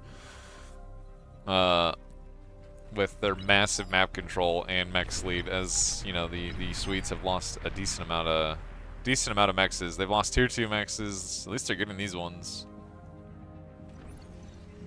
Oh, it looks like the Canadians are opting for a pretty big push in mid. This is a lot. Wait, repeat on? Yeah, okay. Like, wait, he does want Starlights on repeat. We're just Starlight repeat gamers. Okay, that's a lot of Starlights they're making. Oh, I thought Ural was getting ready to go for the platy play, but you know, Otto already having made some mines. It's gonna be quickly shut down once they go.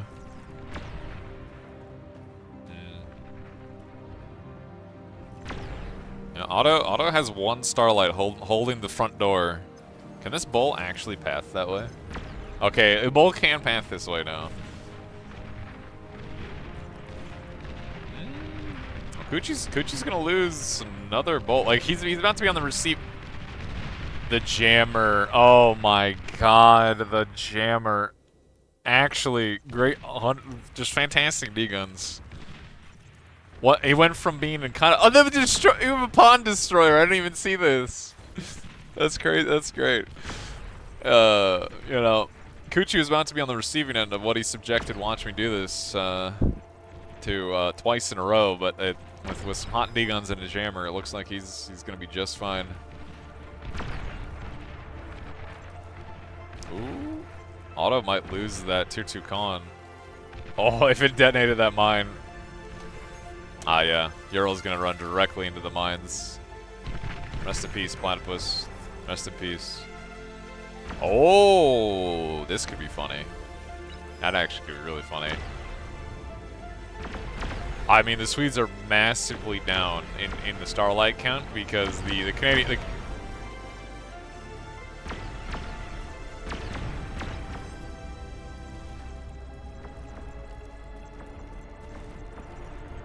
Make it make sense.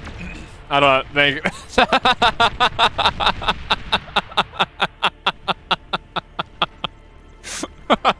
I mean, actually, you know, fuck it. I like it, man. They ate the tier 2 lab, dumped the metal into a fusion, 2 labs stout on repeat in front of their Starlights, bro. You know what? I like it. I don't even care. This is great. This is great. They just need meat in front of the Starlights, man. I'm down. I'm super down. That being said, they cannot. The flood is on the way. It is coming. Ooh, Auto. This is the Swedes' last commander. And here come the stouts. Ural's starting to pressure the other side with his hover lab, but the stouts are getting on top of me. Oh, Auto getting targeted by the Starlights. He's gonna call it. Has died. And the Swedes have lost. 2 labs down. Okay, I did not expect that. That is funny. I did not expect that.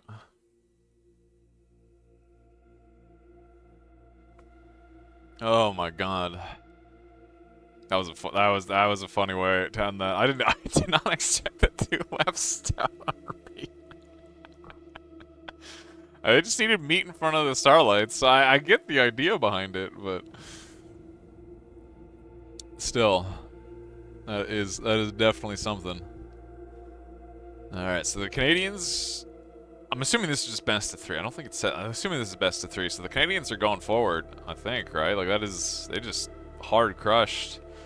United States 1 versus Germany, which would be this one, which the mainstream's watching, right?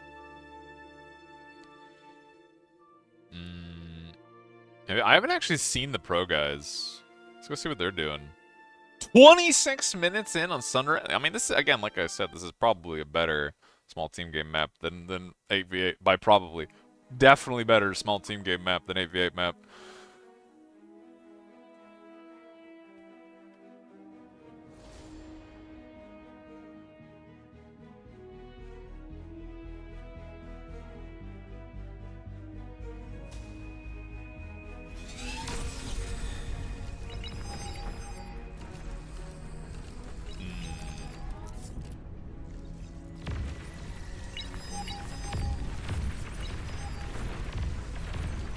Let's see. I mean, the Finns did have that rich mid-max for quite a while. Oh god, they're actually, it's a pretty hard aggro play from Randy. Killing a lot of mexes, but it is running into like a bunch of jag. I mean, they're pressing jags of their own, funny enough. Oh, that bloatier push, holy, wait a minute. It is gonna get cleaned up, wait a minute. That was a lot of Starlights that just died on the west. Oh my god, we got Zars. Multiple Zars. Oh my god. Wait, so Bloatier's losing so many Starlights. Well, now High Gain's losing so many. They're just trading Starlights back and forth. Wait, this is there's just Zarland over here. Zarland versus Starlight Land.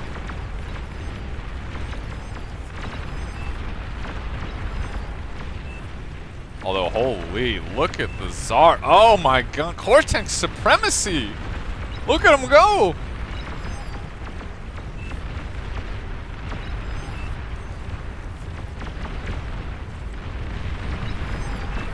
Wait. Oh, we got razors coming up. I'm surprised. I'm surprised this is razors that Bloater's making. Into the Starlight No Man's Land. Oh my god, look how many Starlights are dead here. I would have expected like Vanguards. Yeah, okay, there. He's keep the Vanguards. I would have expected Vanguards more than I would expect razors. That is so many bulls. I mean, it's bulls into Zars though. Like that's not. I mean, the Starlights behind it are the scarier thing. The bulls are just food for the Zars. And once the bulls die, I mean, these Starlights can be run at.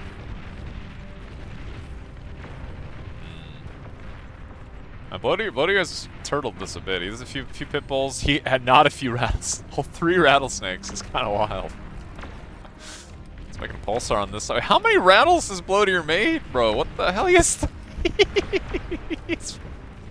There's so many rattles made this game. There's 8 rattles made this game. 4 of them are just Bloater.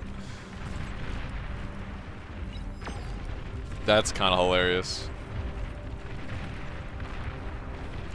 I mean, I guess 3 of them are high gain. My god, dude. These rattle enjoyers. I mean, if you're in Starlight Hell, I mean, it makes sense. Ooh, the bulls, they're actually, like, Randy's in a lot of trouble here. The bulls are running into the Zar line, but I don't know. There's just not enough meat here.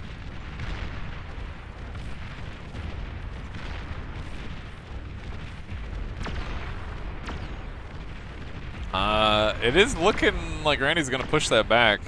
Like they've run out of bulls, and once the bulls like numbers deplete, the Starlights are all of a sudden gonna be in threat. Talon's driving forward, but these Starlights are gonna get surrounded. And just like that, another Starlight. I just in that catch up, I think I've seen more Starlights die than I have in a long time. Like this has been like we're in multi-dozens of Starlights have died this game.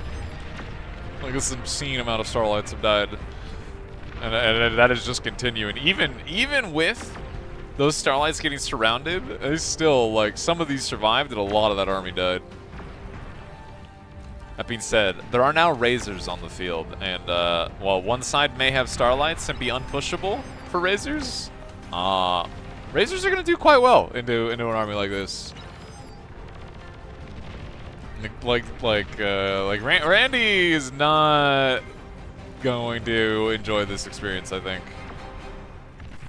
Although in theory, you know, I'm surprised it's splitting the Lich Fire there, but you know, I'm just gonna bruise. I guess he's forcing both Razors back as they have to respect the Liches, but yeah, the van. Oh, dude, that's so many Vanguards. 9 Vanguards is gonna start chipping away at all of this. Holy, that is a lot of Vanguards. I wouldn't be surprised. Yeah, we're seeing a tier 3 lab from High Gain, but he's in the mode of building BPA at the moment. I do not understand the A Solars. It's a 220 win map. Yeah, Randy's got the right. I don't understand the A Solars. I don't get it. It's a 220 win map. I don't know. Too noob, I guess. I don't get it. Ooh, Zars getting kind of jumped on. I mean, okay, like at a certain point, there is enough damage. The Razors do have to respect it a bit, but like, this is still kind of scary. But I respect it a bit. Those Zars actually, it definitely tickled those Razors down. Oh, the Liches are coming in. Yeah, manages. Having air control is actually quite strong here. It manages to kill one of the Razors. That is so many Zars actually. The Razor, this is not pushable by Razors. Like Zars will actually win this trade, and then this number, they'll just keep driving. Like, this Razor is food. Yeah, Cortex Supremacy says hello again. Oh, one more shot. Didn't manage to get it. I mean, just look at the reclaim on the ground now. The Tsars are just going to keep driving. They're going to run into the defensive line, but these Vanguards are actually a little more frightening. Although the Vanguard, the Lich, going to get one of them. Losing both Liches is brutal. Bloater's making a Titan. He's made so many of these Vanguards, but they haven't managed to actually get any, they haven't managed to get any aggression going with them. Like, they're like, frankly, a lot of these Vanguards are shooting ticks. One Razor and a Dream versus the actual, like, supreme march of the Cortex army. I like... There's some defense behind this. We got pit bulls, we've got rattles for days, but... Honestly, Randy is rezzing all of this. This Razor's having a bad time, man. This is not where the Razor's not enjoying the experience it's receiving. It kills his R, but at what cost? It looks like he might actually. He's gonna get it out again and repair it. Kill the Tsar and withdrew, but oh boy. It's gonna be a little careful. Looks like, yeah, Bloater is sending his first Titan to the east, so Zarland is gonna need an upgrade soon. Oh my God, Randy. Okay. That is. Oh, he's diving the Razor. I mean, this is what Tigers excel at. Big HP pools, they're fast as fuck. For what you're paying, like that Razor's not having a good time. Ooh, turning around I think is the wrong choice there. I don't know. I feel like if you're gonna commit for that, you're gonna commit for that. Like the Razor died. Turning around is an I think the straight up just wrong decision there. Either don't go or commit, one or the other. Well, the Vanguards and the Titan have arrived to the east, but High Gain responding with his own Vanguards. Whoa, 2 tier 3 labs? Two tier 3 labs? Randy going for his own tier 3 lab. This seems like a mistake. Going for an APHIS, 2 tier 3 labs? This feels like a mistake. I feel like you definitely don't do that. Like, they're just going to be stalling on, the whole team's going to be stalling versus a team that is co-oping Titans. Like, this seems like a massive mistake. I mean, he reclaimed, and he stopped rezzing and actually reclaimed all this, so he is going to get the lab up, but... I don't know, we'll have to see. I guess he's making Shivas, but they're not that expensive, but it's still, it feels like a mistake.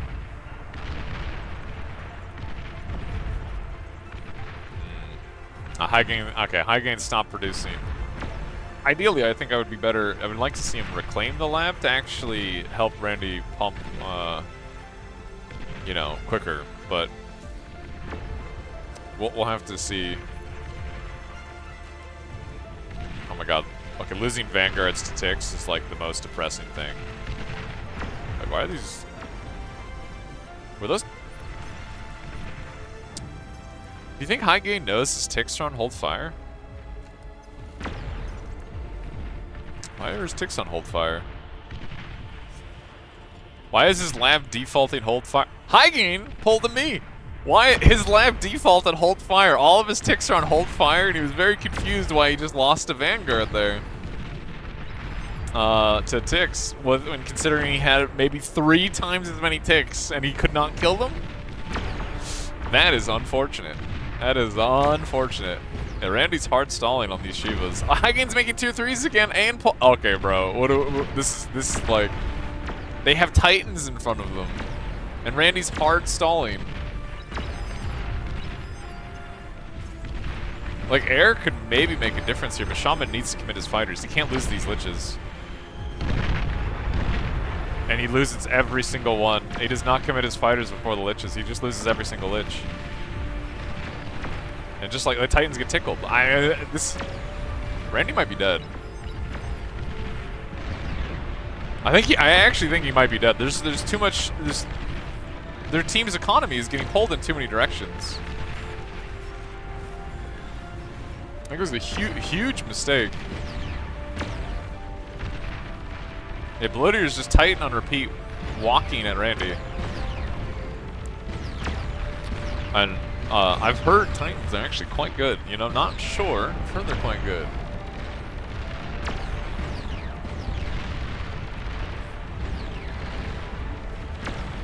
I'm surprised. Yeah, why? I was like, why? I see the Titans stop moving, and I'm like, what are we doing? I mean, this Aphis in Randy's base finishes building just in time to die. Just in time to die and take out most of Randy's wind economy with him. I mean, the liches are working at it, but there's just too much. Highgain flying his commander over, going to try and save this Aphis, but there's just too many units in front of him.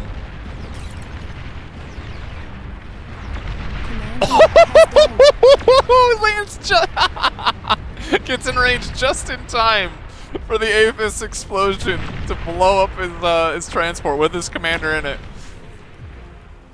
I think that's game. I think that's game, right? Yeah, they're calling GG.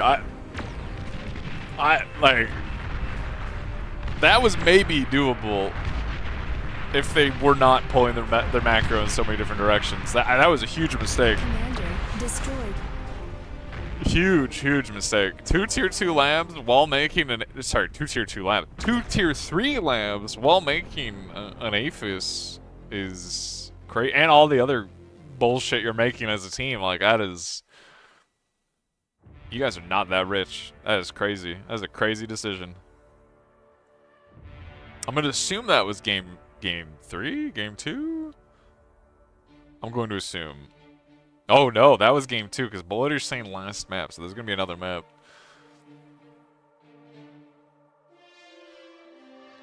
I don't know, man. That was, I mean, that's just like a crazy decision. I can't believe they did 2 tier 3 labs. That's crazy to me.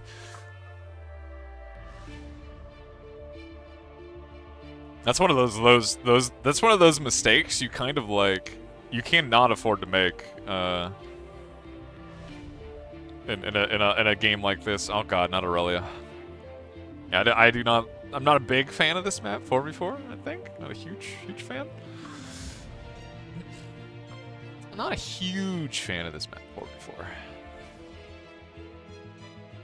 I'm sorry. What? Paradise Lost 4v4 56-minute runtime. 56-minute runtime is insane on that map. Okay, hold on. I need, like, the mainstream is watching this, right? Like, what does this look like? I need to see what this actually looks like. Oh, right, I forgot. Yeah, never mind. Can't do that. Oh my god, I have to do it over here. I'm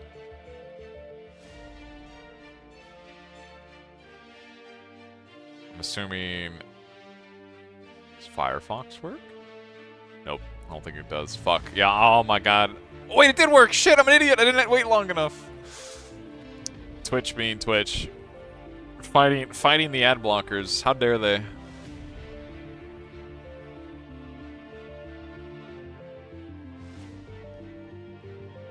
That's... What am I looking at, actually? Wait, Zhao has 36k Wait, so does X... What is this? Those are flagships! This is a fucked up looking game. Like, how can I... Oh, we're waiting. Look at this fucking game. What am I looking at? Like, these are flagship. There's multiple flagships on the map. Oh, X Factor is entirely sea-based economy, whereas Zao is like APHIS. This is a weird fucking game. Just looking at this. This is a weird, weird game. Oh, I think the game's starting behind. It sounds like it's starting. Hold on.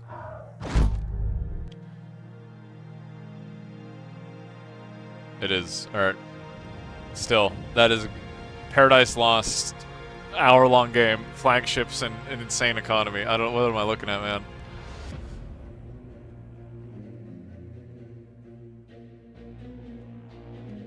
The one time I asked to see flagships on Paradise Lost, that game was not a good one to watch. It was a brutal game. Curious how it got to that map state that both teams were so evenly matched. Did they just both decide to like turtle and scale? Like, I don't. How did it get to that point?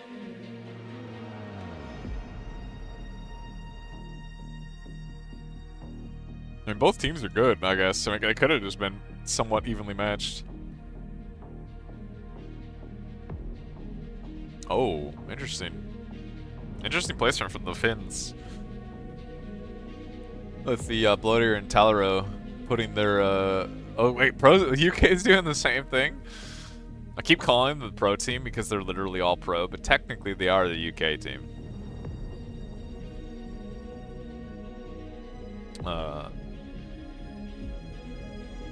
I haven't seen a lot of like warm-ups for this with these 4v4 on this map, but a lot of what I've seen is people co-oping like in this-ish area rather like, but it looks like both these teams are opting for like a Western co-op.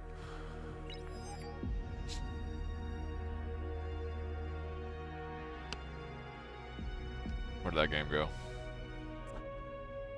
That's ridiculous, man. An hour-long Paradise Lost game. A 4v4 hour-long game is ridiculous. Like, actually ridiculous. Okay. It is a Legion vehicle lab. I wonder if we're gonna see a Decurion all-in versus an ARM vehicle lab. Nikitin's just gonna close off the front line. Muffy's gonna do the same, and I'm gonna assume Ape and Shaman are both gonna walk east and grab the C-Mexes and the Mexes on the way. I'm curious the unit choice here from both these players. I actually really want to see this matchup of like how the Tier 1 Legion lab does into the ARM Tier 1 lab, because I'm going to assume that this tank runs them over, is what I would assume. But like, you know, like I don't have anything to back that up. I have nothing to back that up, but other than assumptions and guesswork. Going right for the Decurions does mean these scouts are going to get in, which yeah, Bloater recognizing that cannot be allowed is actually going to pop out some wheelies real quick. It is going to cost them. They're going to lose some X's, it looks like. And by some, I mean losing 2 Mexes and potentially... Well, Ape should be able to cover the rest of this, but... If I remember right, wheelies get, like, absolutely dumpstered by Rovers and Rascals. Like, it's not even a contest. I mean, numbers obviously matter. You know, in a high game... Yeah, like, these things are getting destroyed. With numbers, they are going to clean the Rovers up, but high gain is making it... He's making it annoying. Making them devote a decent amount of their APM to this. There's no way, bro. This thing is still going.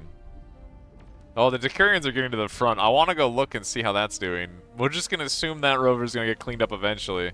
Although I'm looking at the map, it looks like it's going to kill the wheel. It kills... Oh my god, that Rover. We see that commander, don't we? Wait, Igane's got a lot of Janus. He has a lot of Janus here. Oh Oh, wait, Talaro has to be so careful. Wait, good D-guns. Kills a lot of the Janus. Wait, he... I mean... Hygain's taking a decent amount of poke too, but... Oh my god, listen to those things. What the fuck? Hygain's actually taking a decent amount of damage, but getting good D-guns in return. He's gonna absolutely get destroyed once he stopped the D-gun those. Like, once he got in range and the Decurions stopped missing, he got evaporated. That... Oh my god. Whoa, wait, what is Bloater? What is Bloater doing? Why would he do that? The Decurions are crushing. Like, sure. Oh, Talaro has to be kind of careful here.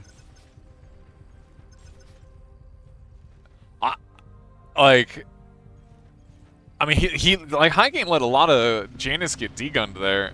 So it's kind of hard to say, like, were Janus a counter to this if you played it a little safer, but...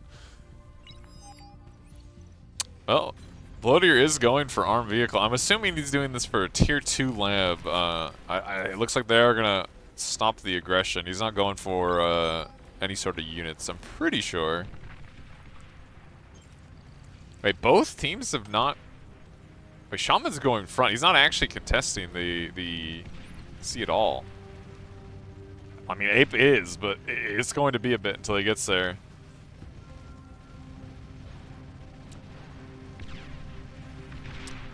I feel like the Janus are a good answer to this. With a good micro. They feel like a pretty good answer to this. Yeah, we got a tier 2 lab coming out from Bloater. Because, like, the Decurions at max range, like, a lot of their shots are missing. A lot of their DPS is actually being wasted. And, like, the Janus can kind of go in and out, drop their load, and like, just dip. As long as they're getting repaired. Ooh, man. The micro kind of has to be on point, though. The Bloater did make a couple Janus. Randy's going for tier 2 as well. First bowl is about to be out. I mean, the Finns are definitely much quicker with this tech timing. They got a whole comm corpse. Like, Hygain needs to be so careful, bro. The last time he got in range of these things, they actually ate him alive. Is he committing? Look at the damage on that commander. What was that? Are these things balanced? Okay, they're 300 metal. Okay, that's a lot.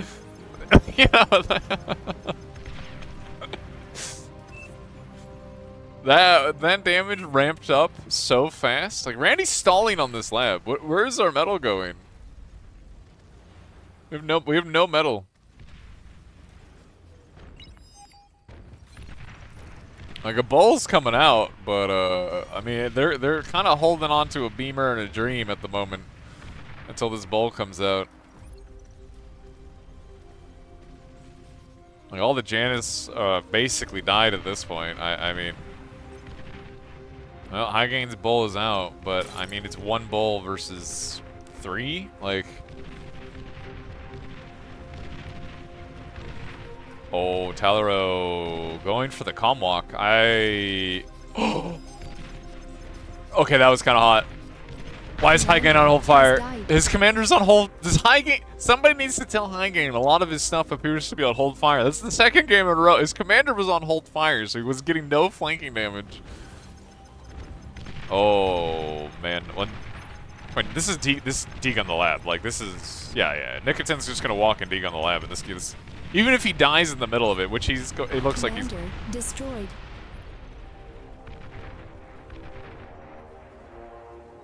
That was possibly the only way the Finns could lose this game. You know what?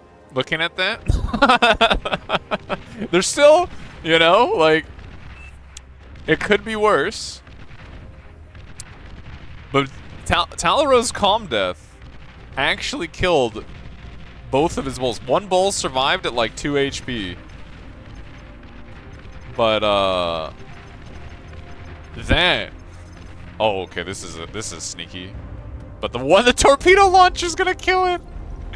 That was actually quite clever. I didn't realize you could do that.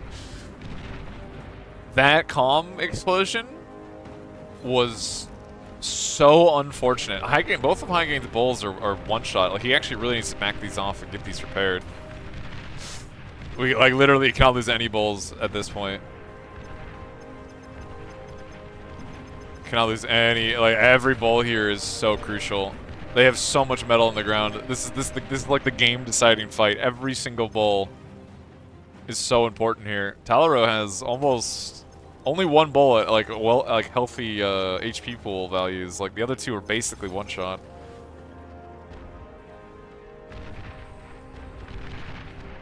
I think this actually might have thrown straight up. If they degun that lab, this game was over. Now there's 3 Comrex directly in front of the UK team. Like, Bloater is getting Mex's tier 2, but it's so low commitment tier 2. Like, it's 1 con each direction. Like, this is gonna take so long. Oh, Muffy's threatening walking this lab. This is kind of scary. I mean, the bull should be able to push him off, but that's one more bull that's not going to the front line, and they're just giving up on 4K metal. That's so bad. That's actually so bad. It's so crazy. Oh, I don't know about it. Oh, High Gain's being crazy. Yeah, bro, I don't know about I don't know about that one, bro. Let's just back up, all right? We're going deeper. Never mind. High Gain's like, fuck it. You know what? First one, maybe he won't expect the second one. He's not doing the unload trick though. What are you doing? It's gonna take you so long. What are we doing? High Gain, what are we doing? You're losing so much HP, bro. What are we doing? Like, your team is only 2 commanders. Like, this is crazy. What are you doing?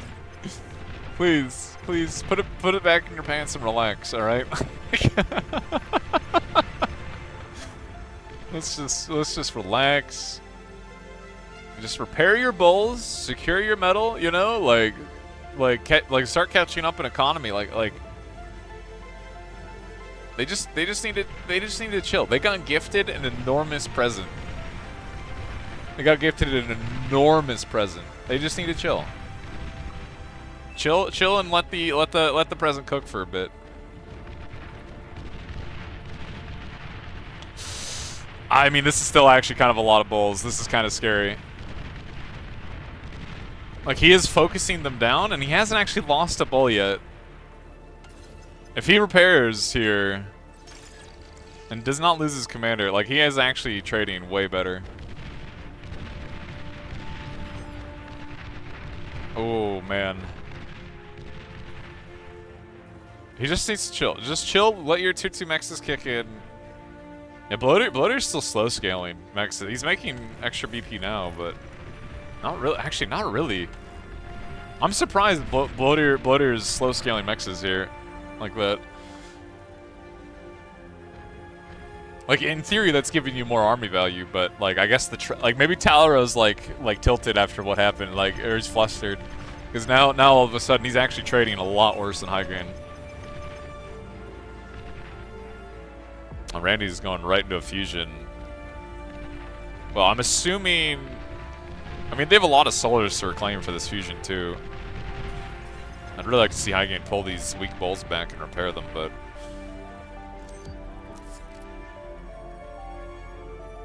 yeah, this is straight up just chill and boom mode. Chill and boom. Well, Ape is at least boosting this now.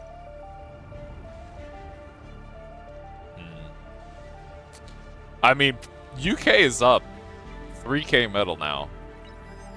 They went from being in like a total game losing position, like they were going to die, to the 3K metal, 4K metal up.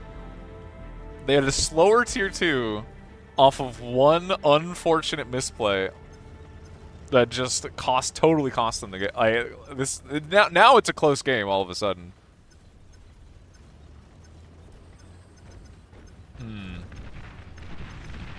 Like, Talaro just isn't managing to kill any of these bulls. This is the only fight that matters. It doesn't look like there's any other aggro happening anywhere else on the map. Oh, Randy pausing the game. Tac pause. I mean, they have a decent amount of solars to reclaim here. Where's Randy's tier 2 con? So he only... No, he has 2 tier 2 cons going. Like, this one has decent BP following it. Like, they're catching up in tier 2 mexes. Like, look how much... They were so much later getting tier 2 mexes started. And, like, look how they're catching up. They're basically in an almost similar position to where the Finns are. Outside of Bloater has these and the back ones upgraded. That is their advantage right now.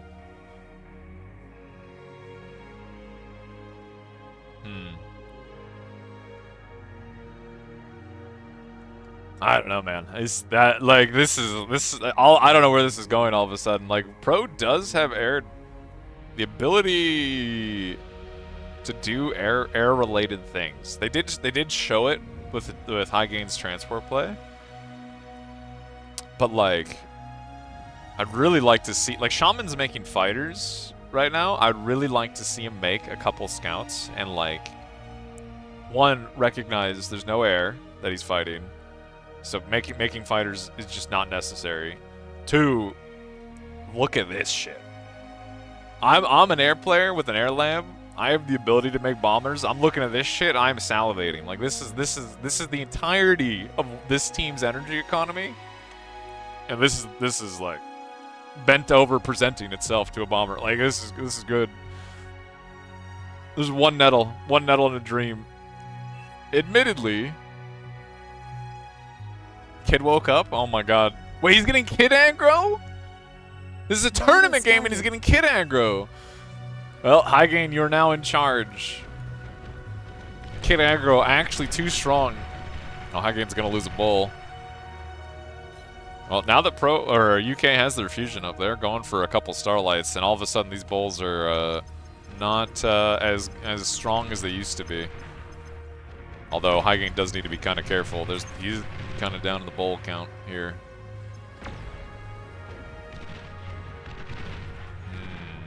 He doesn't even really need to be careful, I guess. He just needs to keep his bulls healthy and keep them in front of his starlights. Oh, where are we going with these? Oh, I kind of like this. I kind of like this from the Finns. You know, putting some pressure on another side.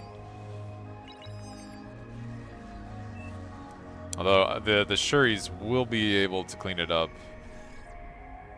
Is there something in that transport? Am I stupid?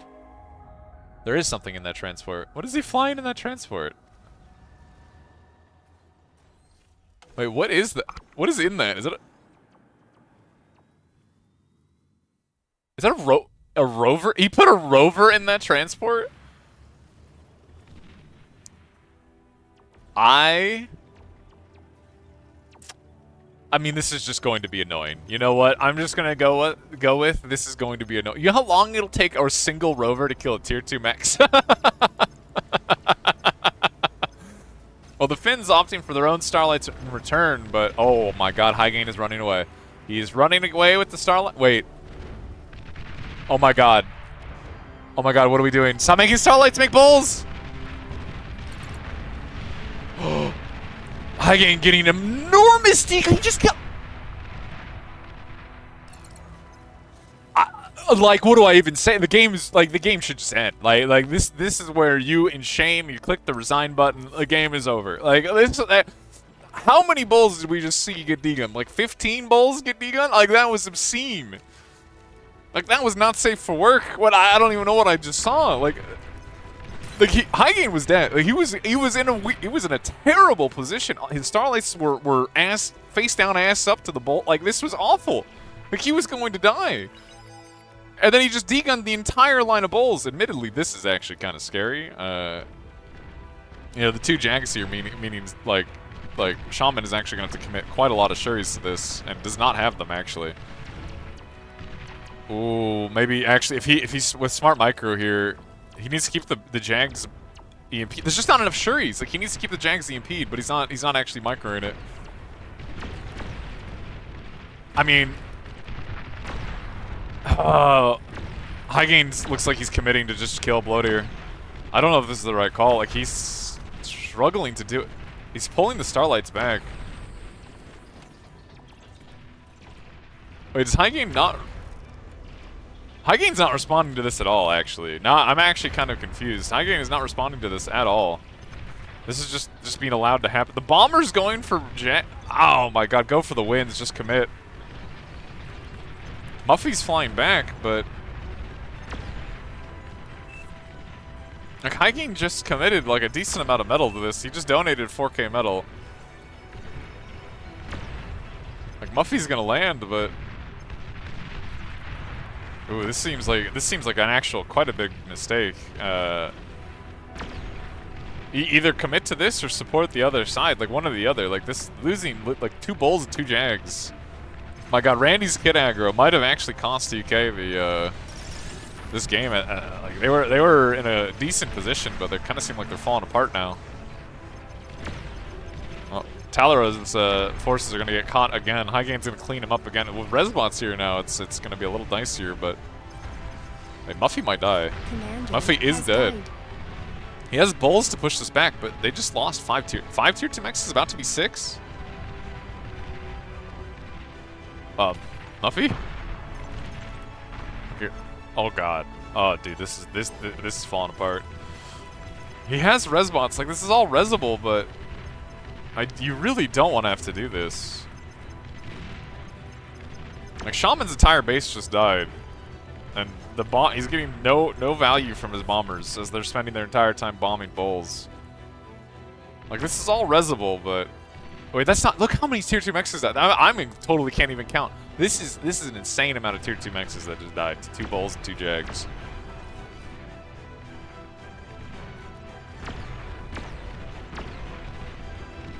This bull is still going. This bull is still going. Please, for somebody, I beg, kill it with ticks. Like, kill it with ticks. Somebody. Oh my god. We're good. Okay, so all of a sudden, it's no. I don't know who's gonna win anymore, bro. I don't know. Like, we seem to be taking turns on who's taking a commanding lead and who's throwing. We were bouncing back and forth between this. Like, metal produced, they are dead even, but that is very, very quickly. Like, I would really like to see. Okay, he is bringing the resbots over, but like, he's bringing the resbots over to res this, but it is. It's gonna take so long. What does he see? I mean, Shaman can at least be annoying and bomb some wins, bomb some mechs. I mean, bombing mechs doesn't do anything. They're tier 2 mechs. Like, it's one bomber is gonna take forever to kill tier 2 mechs. Like he can be mildly annoying with this bomber. I mean, he is at least going to force Bloatier to make his own tier 2 lab and get a few fighters out, even if they are Legion. Like he is at least forcing a response. Well, the bomber. Ooh, another Starlight push on the eastern side is like this needs to be respected. Highgain needs to respect this push. It is kind of looking like once again he doesn't seem to be reacting. Like all of his units are still rallying to his normal front. Like he's not reacting to this. This is dangerous. This needs to be respected.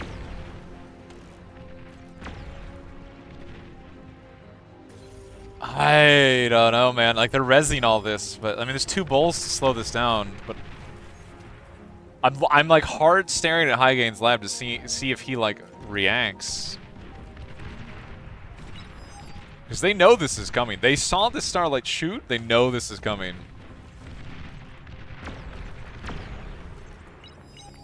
I don't know, man. They've rezzed all their mechs. Like, okay, Muffy is pinging it. And Highgain's making units. Okay, he shared a lot of his units to Muffy, but, actually, Bloatier isn't actually pushing with his Starlight. He did share I mean, they're Jags, though, man. Like, what do you want? Like, Jags into Bulls are so depressing. And by depressing, I'm definitely meaning terrible, right? Like, there's. Oh, okay. Highgain is making bulls now, at least. All right, we do have some. Oh my God, don't. No, not again. We just rezzed it all, bro. Please, have mercy. Have any amount of mercy. It is looking like the Jag's gonna get cleaned up before it gets any value. I mean, I don't know, man. At this point, I'm like zoomed out. I'm looking at it. I have no idea. Like the Finns have an E advantage. Metal produced is literally dead even.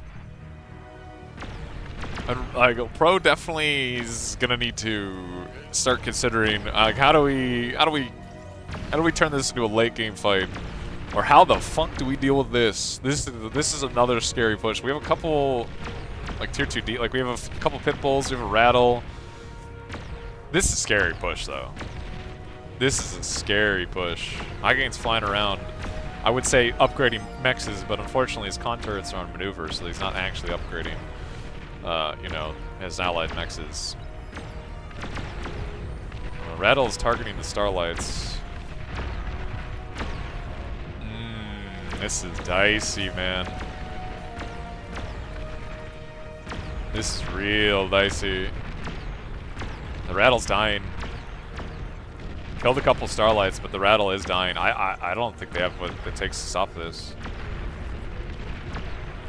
I mean, they killed. Okay, I say that there's only 2 starlights left, and this is, I don't know, man. This is so borderline. Bloodier has so many more units coming. Highgain's opting for defenses instead of units. I have said they're dead like multiple times, and every time I think they're dead, they're not. They just live. So at this point, I don't want to call the Pro's dead, but it's looking like they're dead. This has been the most back and forth game I think I've seen in this tournament. I mean, okay, I'm saying they're dead, and then Bloatier's entire army appears to have died as well. Another Rattle's going up. And they at least have the advantage. Oh, no, this should be... Like, the Jags are getting around the defenses. The Rattle's going to die. I think with that is going to be a dead UK team. As Bloatier is reacting to the push on the east. It has to be.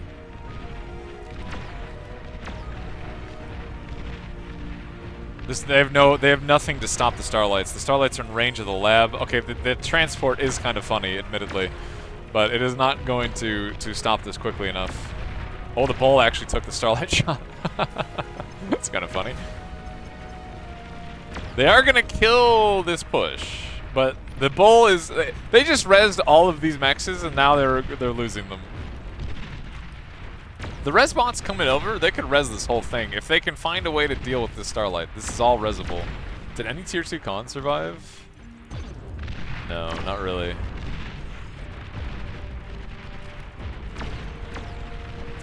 This shouldn't be. This shouldn't be recoverable. There's 12 bulls in front. 12 bulls and a couple starlights in front of them should not be recoverable. But again, what the fuck do I know? Oh, nice. We have the pawn destroyer being made with the consoles. Okay, this is a lot more pawn. Are we going for a pawn flagship? Are we going for tier 2 pawn? Tier 2 boats? Wait, why is he making this?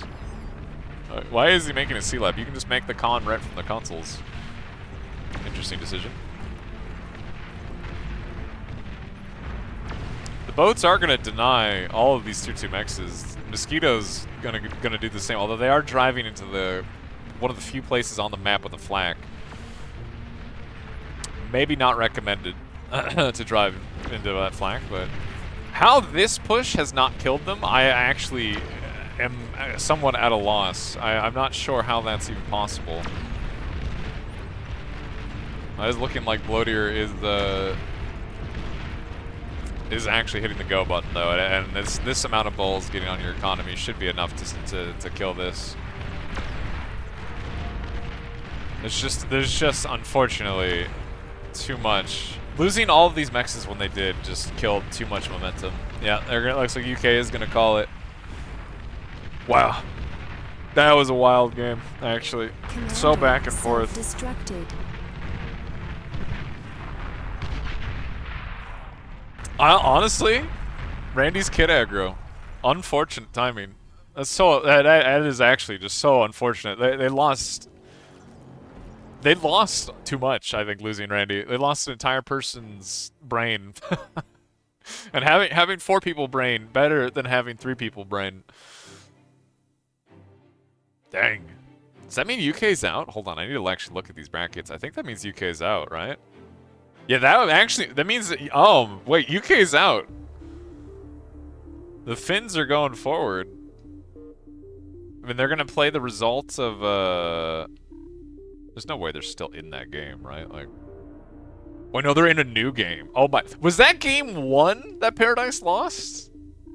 Holy shit, bro. How was that game 1? That, wow. Unfortunate game.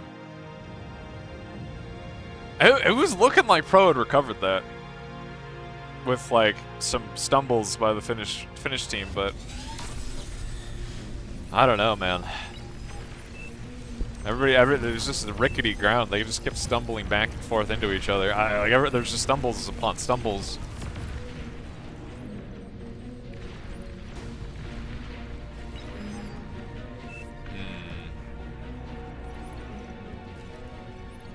Pretty even-looking game overall, I would say, right? US is actually up about 2k metal, which is not nothing.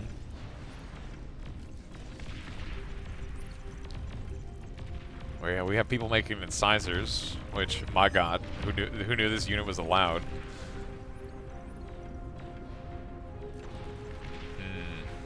Zekris has got some aggression happening on the other side with his Legion rocket and plasma bots.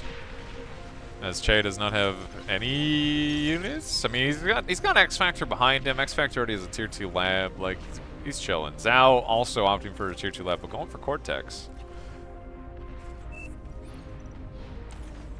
Once again, Cortex supremacy about to rear its head as we get to see how it fares into the pretty traditional Bull, Jag, Starlight-ish comps. I mean, the Jags are kind of unopposed at this point. There's not really anything to fight them. I can't even see them through the trees, basically. like they're just kind of killing things that can't really fight back. But the Bulls are coming. The Bulls are coming. X Factor does already have like several tier 2 mexes. I mean, so does Zhao, actually. You know what? Zhao actually also has a decent amount of tier 2 mexes. Both these guys actually boom at about the same speed.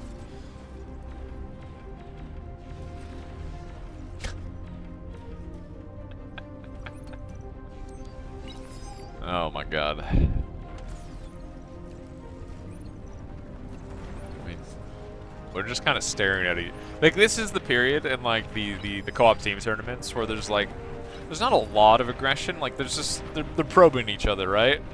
And you know, everybody like, you get a bull, you get a bull, you get a bull. Like, just start tickling each other.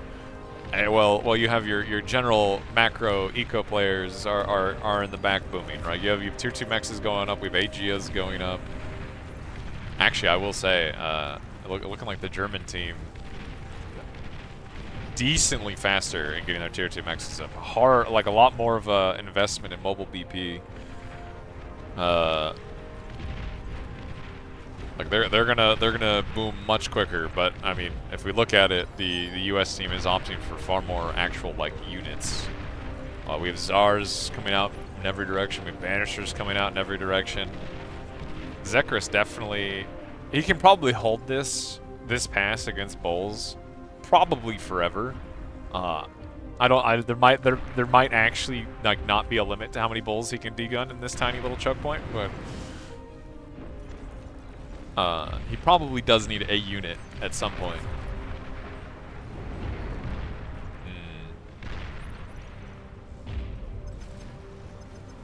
Zartex is kind of like, he kind of needs to. This Czar is not being respected. I feel like the Czar is not really a unit you kind of just let drive at you and shoot you. You know what I mean? Like, he's kind of just eating shit to this. Oh my god! Yeah, Czar just needs to click at its feet. Yep. Shoe flies. Don't bother me. Like, actually doesn't give a fuck. This is kind of scary though. X actually needs to respect this. He's making Starlights to push this back, and Starlight is good into Banisher Czar, but there are Czars in every direction.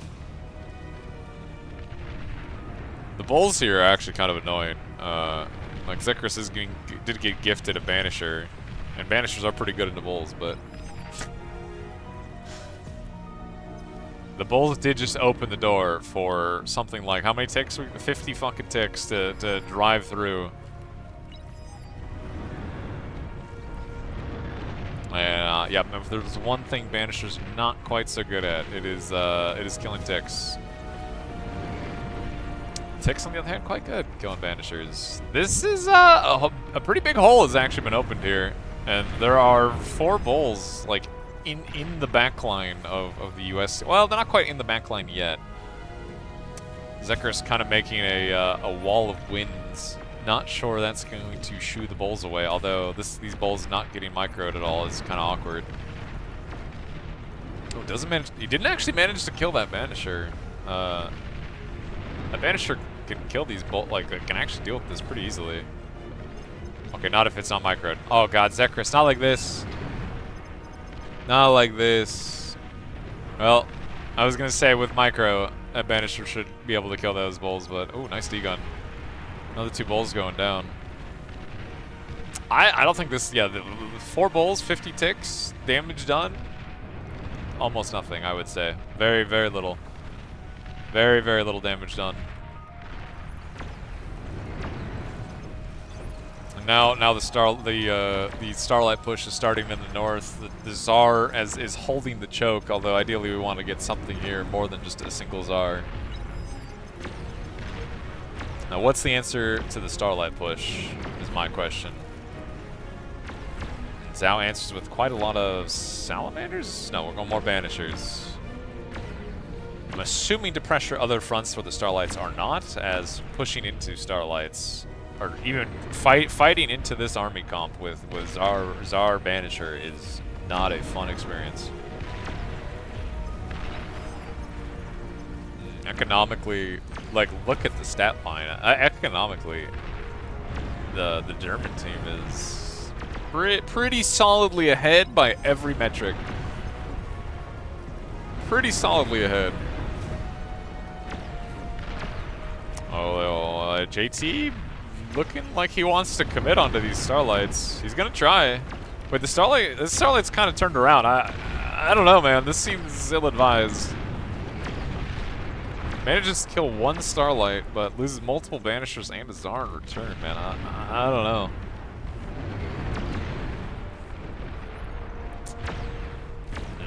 Zhao opting for Cortex vehicles, normal, you know, overwhelming power, and that is just throwing enough meat at the wall until you overwhelm what you're fighting.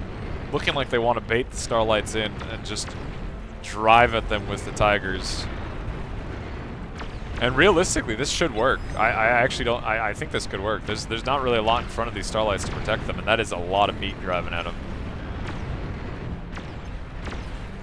I think these Starlights are 100% getting caught. Like, Tigers are gonna die, but not enough to matter.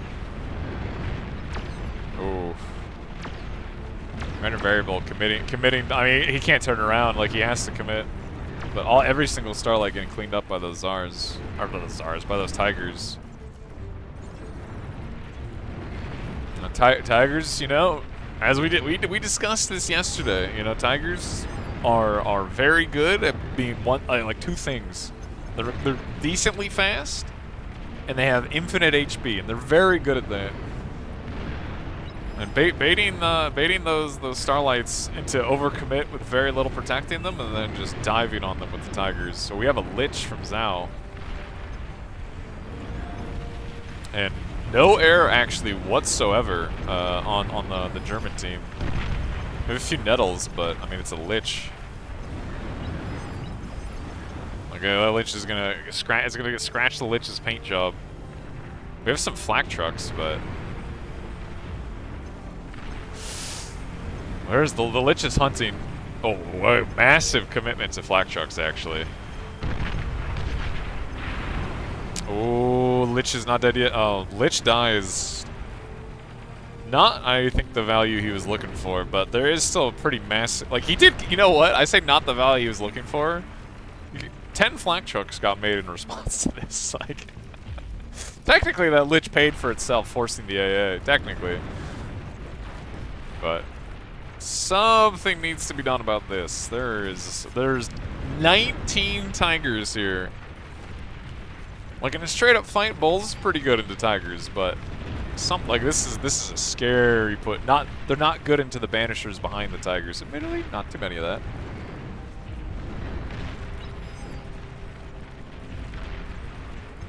The Tsar on the other side, slow pushing into this.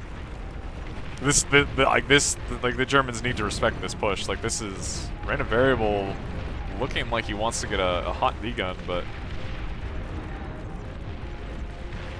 Like, this is kind of where this is where tigers excel if they can. Oh my god. Random variable diving on the banishers with the ticks. Commander has died. He goes down. I mean, the tigers are getting pushed back.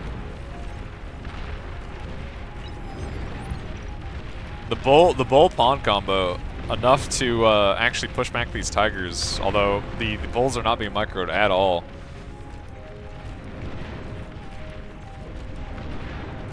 Which is very unfortunate, actually, as there was a window there where, before they ran out of pawns, where I think there was a window to kill a lot of tigers.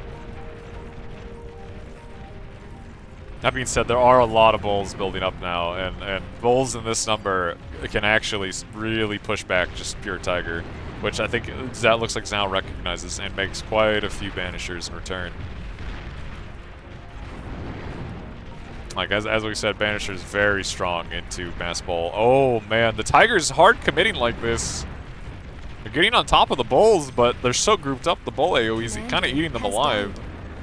Like, who just died? I think it was Zekrish just died. Yeah, this is where Tigers don't excel. You know, massed, balled up Tigers into a line of Bulls, they just get deleted. They get eaten alive. And as you saw there, now all of a sudden it's raw Banishers, which admittedly are pretty good into Bulls, but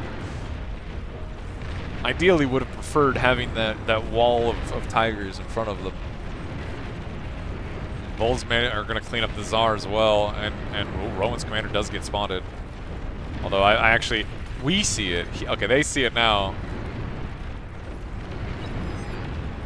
So much metal on the ground here, getting reclaimed. Wait, Zhao's gonna die. With Micro here with these grunts, Chase should be able to kill him quite easily.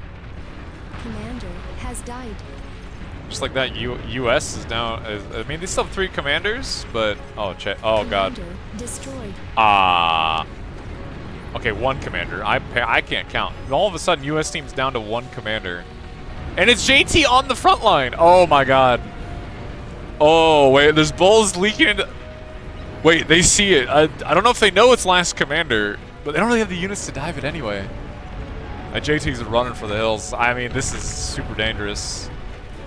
Lich manages to clean up the leaking bulls, but this whole army died and just got fed in return. Like the overcommitment of the Tigers into that bull line just. That's just not what Tigers are good at doing. They're not good at fighting that. That's not that's not what they're built for. And honestly, there's just trash leaking everywhere. Like we just have grunts and ticks. Like we're forcing massive amount of commitment to deal with this. Oh, holy shit! Look at the economy, man. The Americans opting for scaling into an APHIS, whereas the Germans are pure wind enjoyers. I mean, I guess we have an Aegea, you know. Okay, technically, you know, we got a bit more than that, but there's a decent amount of Tigers building up here, which again needs. If they're not fighting into bulls, it needs to be respected. We have another Starlight push going into the same tiny choke point. Oh my god, JT needs to be so careful.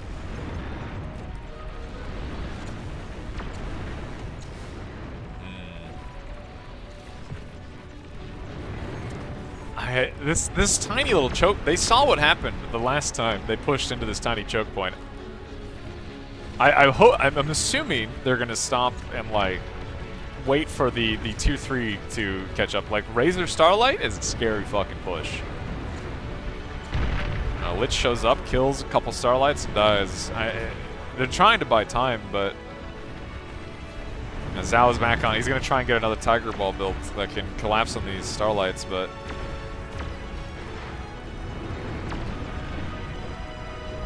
I'm really surprised they saw what happened. The Germans saw what happened the last time they committed to this tiny choke point with Starlights with nothing covering them. They see these Tigers. They know what happened last time. This is kind of crazy that they're actually still driving forward here. I'm assuming the Razor's coming. Yeah, the Razor is coming.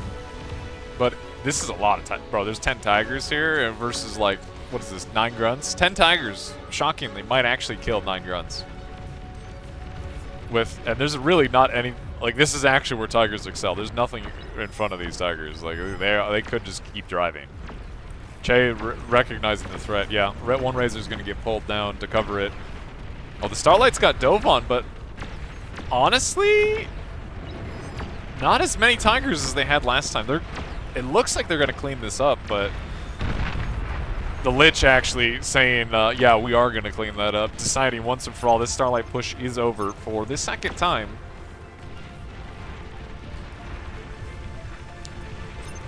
The Razors should be able to clean up these Tigers, but ooh, Che does get spotted. Is probably going to die to the combo of the what are these aren't Centaurs anymore, are they? He's going to die to the Phobos. I mean, the Tigers are kind of, oh, they're turning around. I feel like at this point, you're committed, bro. Like, you're already in their base. You got to keep going. Are any of these Tigers going to escape? I feel like probably not. Into 2 Razors? I don't know. Yeah, but some of them might escape, but damn, all of those Tigers essentially died.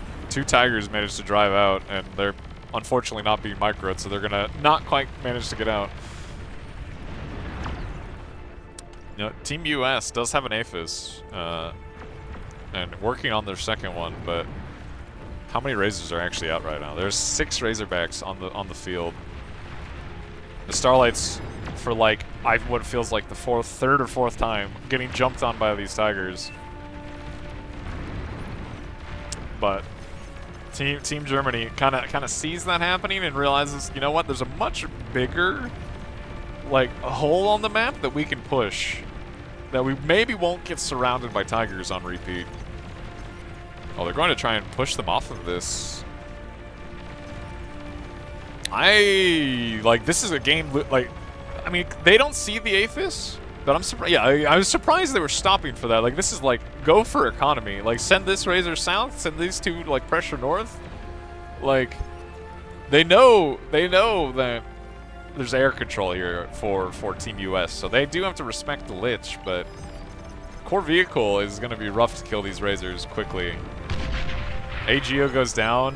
The APHIS are exposed, and they're pinging it. They smell economy here. I mean, if this pops, I think any hope of Team USA dies with them. Oh, God. Okay, stopping and A-clicking on the pit bulls are kind of dicey. If he, bro, needs to... Somebody tell Zartax how to set target. Oh my God. Unfortunately, this man did not know the set target hotkey, and was an A-clicker. And A-clicking on the APHIS stopped him right in range of those pit bulls. Very unfortunate.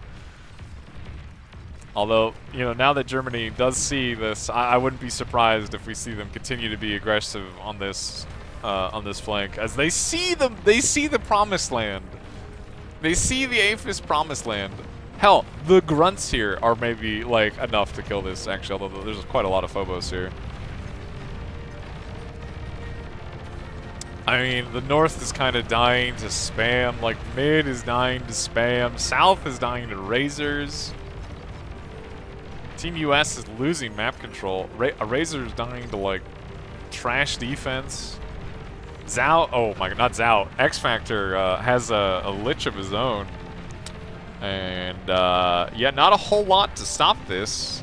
Zhao is zone tier 2 fighters? It's not going to be enough. One Lich is not enough. Why do I speak? Why do I speak? Clearly, I don't know. What the fuck do I know?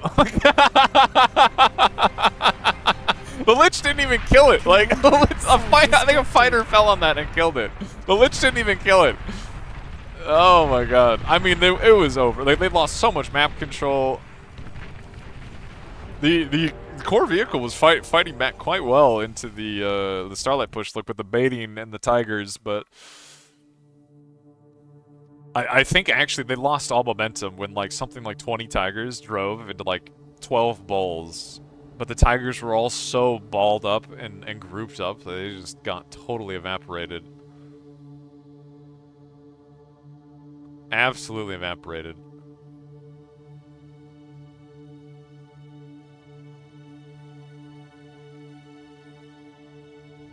I think, was that? Wait, so I'm assuming, did the Germans win game, that Paradise Lost game? I'm curious if the Germans won that, then they just 2-0'd Team US. They're GGing each other like that was the end, so I'm assuming they 2-0'd them. I'm not sure. Just based on what I'm seeing in chat, that is like, I think yeah, they did. Wow. Okay. Wow. Looking at the brackets, they did actually 2-0 them. That Paradise Lost game was crazy. I kind of want to see that Paradise Lost game, but at the same time, I don't know if I want to see that Paradise Lost game. Like a lot of 2-0s. Look, this is the only not 2-0. Oh, we got like these are the only not 2-0s. Sweden versus oh, okay, hold on. There should be some more games going if we can find them.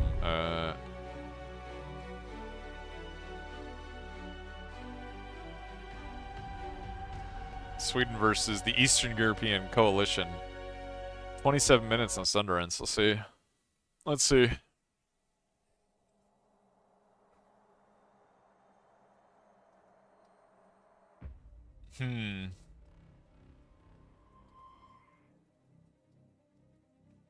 Man, I don't know. There was definitely like, you could see. Battle oh my paused. God, what are these spawns? Battle started. You could see the thought process in the last game with like core vehicle into arm 2-2, and like it definitely, like the Tigers were showing why they're probably one of the better units in the game. Like they just have the speed and the HP pool to bait those Starlights in and just eat them alive. Ooh, man, good bombing run actually from Otto. Holy, that did some damage. Admittedly, he's just replacing the. He lost it to that one Jag. Oh my God, that's unlucky. Commander has died. He can rebuild it very quickly. He didn't lose all of his BP.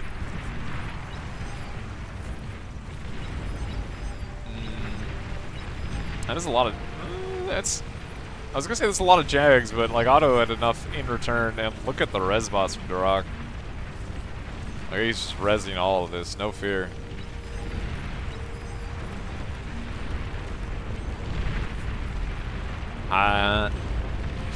They also have it, like they had the mid-max upgraded in tier 2. Look at the metal produce lead. Never mind. What am I saying? This game is cooked. I was like, oh, this is, you know, this could be somewhat close. And I look up and I just see there's 60k metal down. I'm like, okay, hold on. Hold on now. Yeah, we got Marauders coming in, like doing the forbidden, going around the Doom Starlight push, killing all these tier 2 mexes. Got an AGO.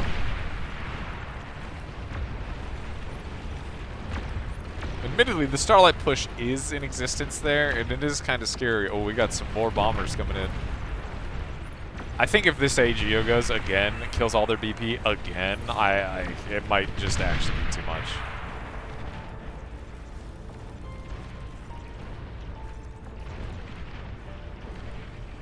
I don't know, man. This is looking dicey. I mean, tier 2 bomber, you don't need many of these bombers to make it. You only need 3 to pop an AGO. Oh, well, Unfortunately, he ends up with none. Goes for some converters. Got to get something from it, but the Starlight push has gotten a lot of ground, but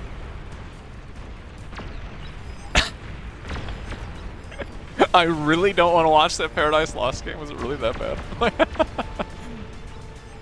Oh my god, the Marauders did get value. They killed a lot of tier 2 mexes. They killed an AGO. There's still Marauders going on the east on the map. They're gonna kill. Don't think they're gonna kill this lab, but okay. In theory, they shouldn't kill this. The Starlight should kill it. Surely. Are they gonna kill this AGO again? Oh my god, they're gonna kill it again. Commander has died. Holy, they're gonna kill it again. The Starlights are gonna get surrounded and caught by these the pawns and ticks. How are we looking economically? I mean, Auto, I think recognizing correctly that wind is quite good at this value. Ooh, gotta be careful with this Lich. We have a few fighters from Sash Corn, but I don't know. At this point, the Marauders have probably gotten their value. I'm assuming he's going. No, Otto is still just making Marauder. I thought for sure he's going to swap off these at some point, but he's deciding that the Marauders are still the right call. Which, I mean, they are like just kind of dying to ticks now. It looks like in mid, like they're just, you know, as Marauders do. This is they're pretty normal for them. They just kind of die to ticks. Lich does get the tier 2 lab. Is going to try and commit for more, but Sash is not going to let that happen.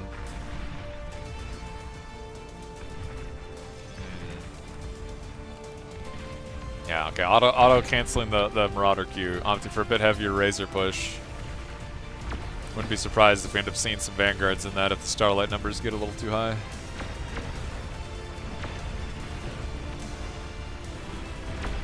How much metal's on the ground here?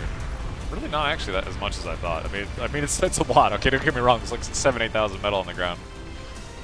I for some reason thought it'd be more with how many Starlights died, but oh, we've got to be careful with these Marauders.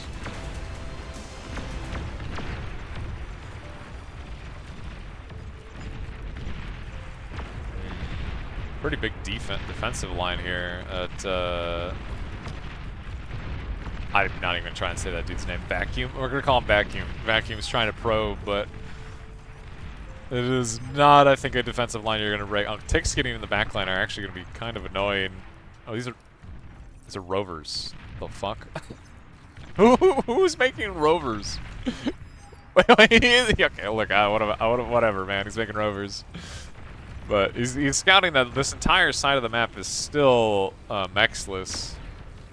Oh, the Marauders are going for it, actually. Going around to the Starlights. Wait, this is kind of scary. I mean, the Lich is coming to try and shut it down, but Marauders are decently grouped up. Yeah, I don't know. These Marauders didn't quite. I mean, like they just didn't quite get anything. They didn't get what they needed done there. It's a lot of Marauders just died. Killed a bit of BP.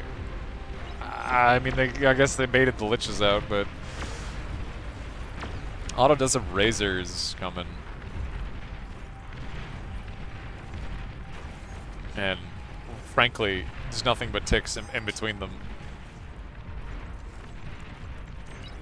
I mean, there are Liches. Like, Sash has the option to use the Liches to defend this, but I mean, in theory, Auto could, you know, make fighters and defend that. Like, he has the healthier economy. And by healthier, I mean obscenely wealthy economy. Like, okay, oh my god, look at the economic differences here. This is not a close. This is obscenely wealthy economy. Yeah, Razor's pretty good, I've heard, at dealing with trash units, clearing it quite quickly. It is looking like this is going to be a slow death for the Eastern European coalition. as they don't quite have the economy to actually match, well, Otto's 20,000 E income with wins, and like his 1/8 is a 20,000 E income. And the Razor pawn tick are just, they're getting on top of the base, and there's just, they just don't have any way to stop this. There's just too much.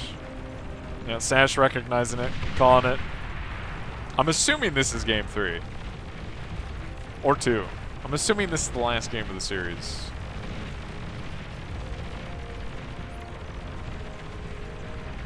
It is kind of funny, both Otto and X Factor, in this game and the last game we watched on Otago, like, Commander has died. both of them opting not for, like, the expensive economic buildings and going just for wind spam, because, like, wind on these maps are ridiculous. Especially on Otago, like that is a 30 wind map, which admittedly windmills, you know, they can't spin that fast, but wind is good. Wind is pretty good at these values. I'm going to assume that was last game. I'm going to assume. It says, yeah, that had to have been the last game, right? Sweden, Eastern European, the United States won versus Finland. They're saying GG's, so I'm pretty sure that was the last game. Where's the Finnish boys? Where are they at? Wait, what? There's the Finnish boys. They're in a lobby, so they're maybe getting their lobby going? I'm going to assume, if I'm looking at the brackets, hold on, I guess I could bring these up. I'm going to assume that this, after this losers round, like the semifinals and the finals are played tomorrow. I'm going to assume. Now I know that is a hefty assumption, but that is what I am assuming.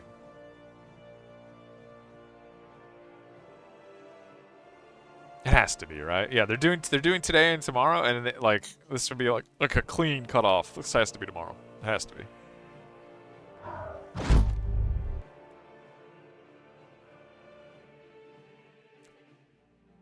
Right? Wait. Wait, hold on. Maybe not. Hold on. Now I'm reading the chat that these guys are typing, and now, you know what? I'm confused. I'm confused now.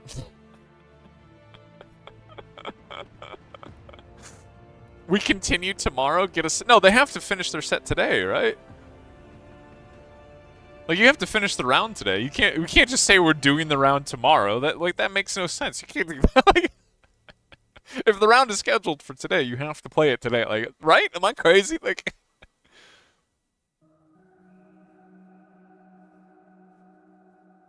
Surely they have to finish the set. That would make no sense. That would make no sense that they're not finishing a set they're in the middle of. If that is like that makes no sense to me.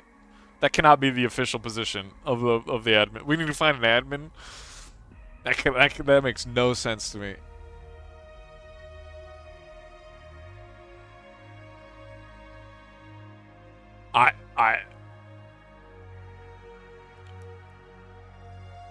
I don't want to. I don't know, like, the answer, so I don't want to get involved in this or in what they're asking. But it makes no sense to me, right? That just actually makes no sense. Can they like?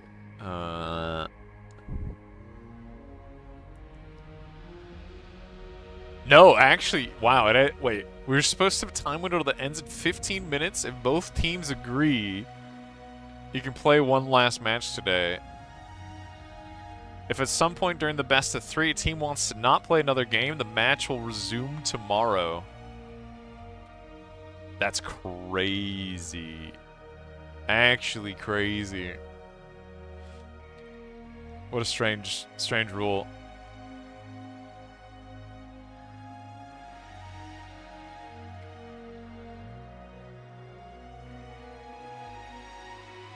Like, that's crazy.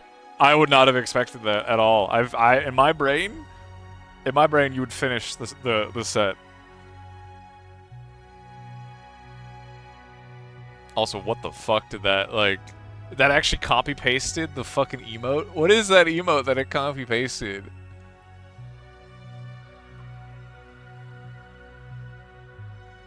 That is not what I would have expected, bro. At all.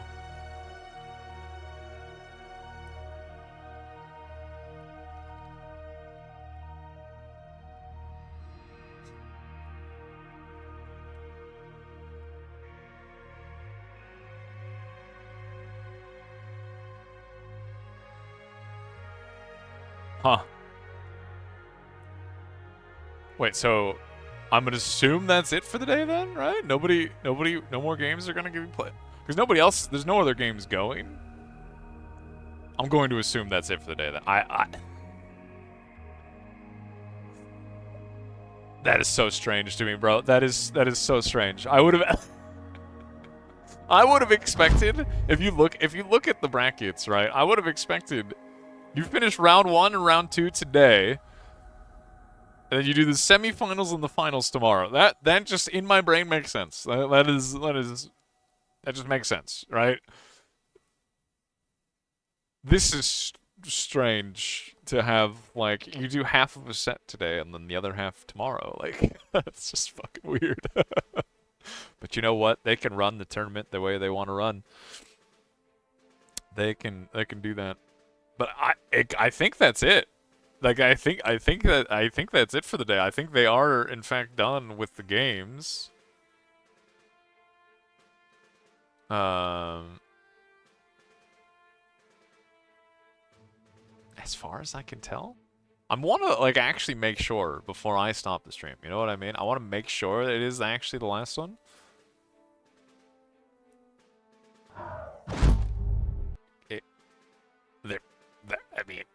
They're saying they're continuing tomorrow. Like, okay, bullshit. That's so strange. But anyway, boys, I guess if that's gonna be it for me, then I don't know how this ended up with me casting on my channel. Like, okay, I guess I should.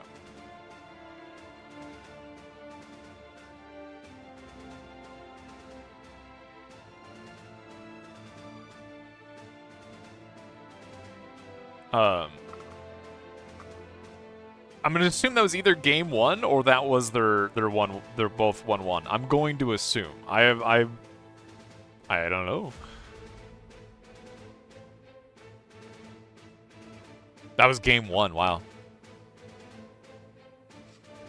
Huh. Strange. Anyway, but I think we're gonna call it then, boys. I meant somehow we were meaning to I was meaning to be on the like, just do a set on the main stream today, and then somehow once again I have fallen into sitting here for 3 hours and casting the entirety of the thing. I kind of didn't mean to do that, but I don't know how this has happened. But anyway, I'm gonna be back tomorrow, I guess, and hopefully the mainstream shit's figured out and working, and I can just cast a set and chill. Hopefully. We'll have to see. You know, today was a little unfortunate with the stream situation. You know, Shadow having very strange technical issues with the mainstream, but you know, I guess I'm gonna call it, boys. There were some fun games today, though. Like, actually, some really interesting ones. I really liked that Atago game where Zhao is showing core vehicle strengths. I really actually liked that game. That was a fun game. Not often we get to see that. I did not go their way, but I think it had more to do with just the lab differences there. It was actually, like, quite a fun game to watch. But anyway, I'm gonna hit the stop button, boys. Maybe we'll be back tomorrow. We'll have to see.